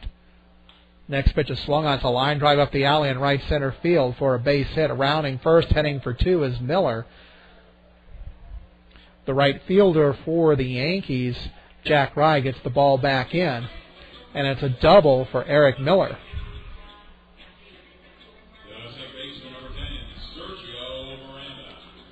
So that'll bring up Sergio Miranda, the second baseman, single, grounded out to second, flight out to left, light out to center. Anyway, Leslie, one game in emergency relief for Double-A Midland in 2007, 2 innings, 2 hits. First pitch here is a strike, 0-1. 2 innings, 2 hits, a walk, no strikeouts. Didn't give up a run. And in 2008, he made 1 appearance, worked a third of an inning. Fastball inside corner, and the count's 0-2. And faced only 1 batter. In that Midland appearance in 2007, he faced 9 batters. 2008, he faced only 1. Looks back at Miller, and the 0-2 pitch. Swung on. It's a line drive into right field for a base hit. Miller got a little confused. I was waiting to see if he was going to come around third to score. Missick put up the stop sign, and I think Miller thought that meant the ball was being caught because he stopped and started to go back to second. Then he figured out the ball had fallen, and he stopped at third. So Eric Miller and Bob Missick are having a little chat about that at third base. But in any case, Miranda is on first. Advancing to third is Miller, and at the plate is Brock Kelgard. Still looking for his first hit in this game, although he did reach on a walk. Fastball misses away, and the count's 1-0.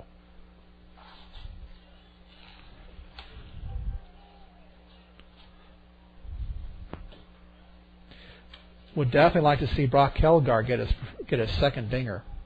Fastball high, and it counts 2-0. As we said, the Manatees have only one home run in their first 26 games of the season. We definitely need to do something about that. With apologies to our fans listening in Tampa. The 2-0 pitch swung on and missed. The umpire indicates that Kelgard just got a piece of it, and the count goes 2-1. Leslie comes set, 2-1 pitch, misses away, and it counts 3-1. 3-1 pitch, swung on, and Kelgard just gets a piece of it, and it goes to the backstop, counts full, 3-2. Leslie, as I said, spent most of his career in the Oakland A's system. 2009 was an independent ball with New Jersey for 92 games. 3-2 pitch swung on. It's tomahawked up the alley, left center field. Racing over for the ball is Mitchell. He's got it for the out. Here comes Mitchell to score, or Miller to score, to make it 12-3. And holding at first is Sergio Miranda.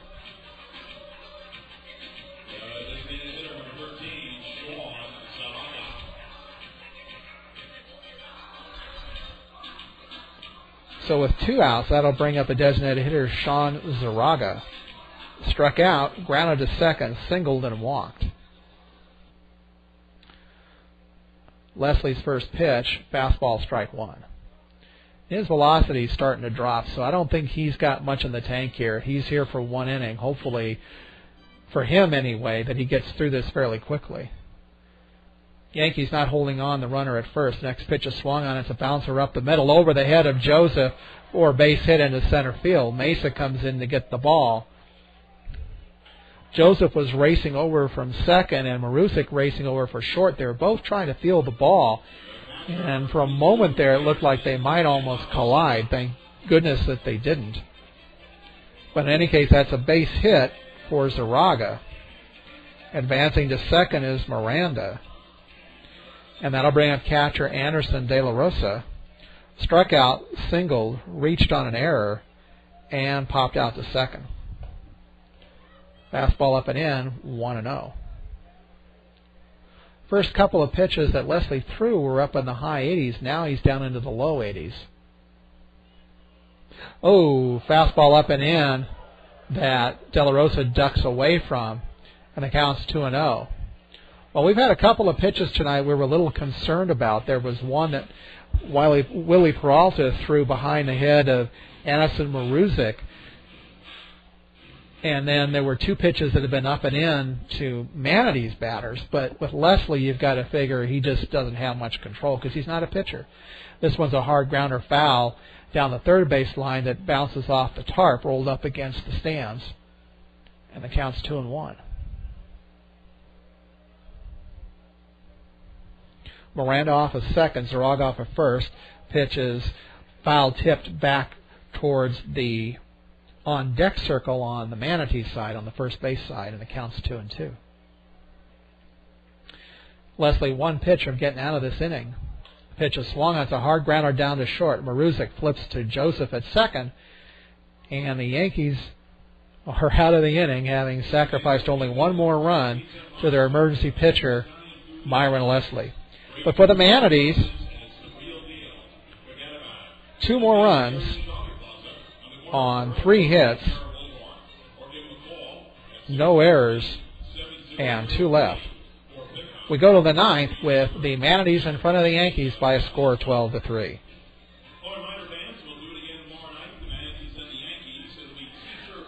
As we get ready to wrap up the game, hopefully this goes quickly.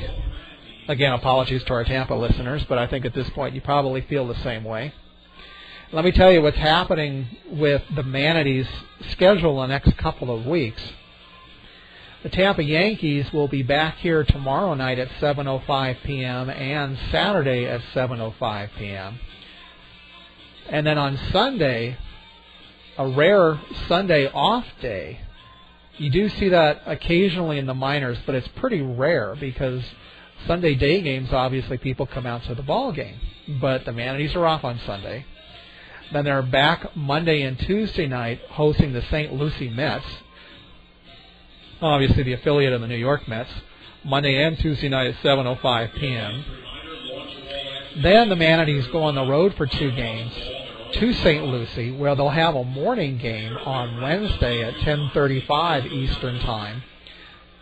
And then they'll have a night game at 7 p.m. on Thursday the 13th. And if you're wondering about that 10:35 start, we actually had one here yesterday. And it's very increasingly common with minor league teams this time of year to have morning games which allow local schools to have field trips, or as we used to call them when I was in grade school, a day off goofing. So in any case, they do those, and it gives the schools a chance to bring the kids to the ballpark and raise a new generation of baseball fans. So in any case, the Manatees will be on the road Wednesday and Thursday in St. Lucie next week, and then on Friday the 14th, they're back at home against the Daytona Cubs for a 7:05 game. All right, top of the ninth. Catcher Mitch Abeta steps in, and the first pitch by Corey Freyricks misses away, ball 1. Abeta will be followed by now pitcher Myron Leslie, and then the top of the lineup with right fielder Jack Rye.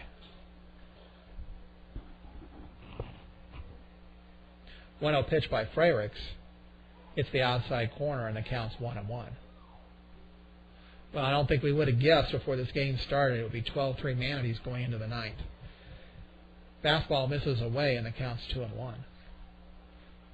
Certainly seemed like it would be a pitching tool between 2 top prospect pitchers, Willie Peralta for the Manatees and Andrew Brackman for the Yankees, first-round pick of the 2007 draft, but it didn't quite come out that way. Fastball up and in, and the count's 3-1. The Manatees put away Brackman pretty early. 2 runs in the first, 2 runs in the third, 4 runs in the fourth. 3-1 pitch. Fastball hits the outside corner for a called strike, 3-2. Abeta took a couple of steps towards first base, and I tell you, home plate umpires do not like when you show them up. 3-2 pitch. Swung on a miss, strike 3, 87-mile-an-hour fastball. The pitcher, number 51, Myron Leslie. Well, that's something you don't hear very often on the PA here, the pitcher being announced at the plate, because in the Florida State League they use the designated hitter.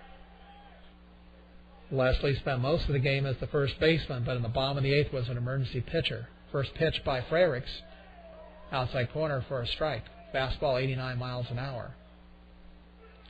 Fastball down low, and the count's 1-1. We're still getting some lightning out beyond center field. It had died off for a while, but it's still going out there.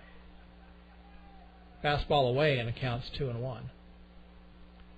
Lightning seems to have moved a little bit more over towards left field, but again, the radar shows that's all off the coast, out to sea. 2-1 pitch. Swung on. It's a hard grounder on a bounce, fielded nicely by Prince, who goes on to Kelgard, 2 down. Josh had to go to one knee. That ball was hit so hard, but he stayed right with it and threw it on to Kelgard for the second out. Top of the lineup for the Yankees with right fielder Jack Rye. Jack singled the lead off the game and scored. Fly out to left, grounded out to second, and reached on a single in the 7th. Freyricks working from the stretch, and the first pitch to Rye, fastball down the middle, 0-1. The next pitch, swung on it, it's a little bouncer right back to Fredericks on a hop, goes over to Kelgard, and the Manatees defeat the Tampa Yankees by a score of 12-3. All right, my friends, we call that a Manatees winner. Your final score, your Manatees 12, Yankees 3. For the Yankees, 3 runs, 8 hits, 1 error. For the Manatees, 12 runs, 15 hits, and no errors. The win will go to Willie Peralta, who now goes to 2-1. The loss goes to Andrew Brackman, who was 0-3. The Manatees lined up on the field congratulating each other, and it was a rather strange celebration considering the magnitude of what they accomplished tonight with a 12-3 victory over the Tampa Yankees, and the fact that it's been a difficult year so far for the Manatees because they have not been able to score very many runs. They came in 10-16 while the Yankees were 15-12, but when the Manatees were in Tampa last weekend, Brevard won 2 out of 3, and now the Manatees take game number 1 of this 3-game series here at Space Coast Stadium.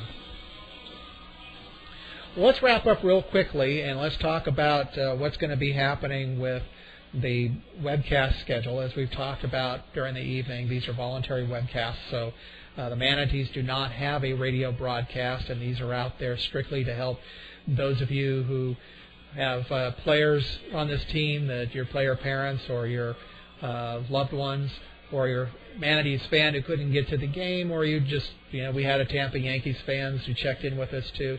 It's an effort to get some of the games out there for folks to have a chance to listen. We are going to try to do every Florida State League team at least once, and our friends in Tampa will be pleased to know that we're going to do 3 Tampa games. This is the first of 3. The next Tampa game will be on Tuesday, July 6th from Space Coast Stadium at 7:05 p.m. And then the third Tampa game will be on Wednesday, August 25th at 7:05 p.m. For the rest of you out there in the minor league universe, the next webcast we'll be doing is on Sunday, May 16 at 6:05 p.m. against the Palm Beach Cardinals. Then after that, it'll be the Fort Myers Miracle, a Minnesota Twins affiliate, on Thursday, May 27 at 7:05 p.m. Then we do the Bradenton Pirates, which is a new team in the league, on Monday, June 7 at 7:05 p.m. And that brings us up to the end of the first half and the Florida State League All-Star Game on Saturday, June 12 at 7:35 p.m.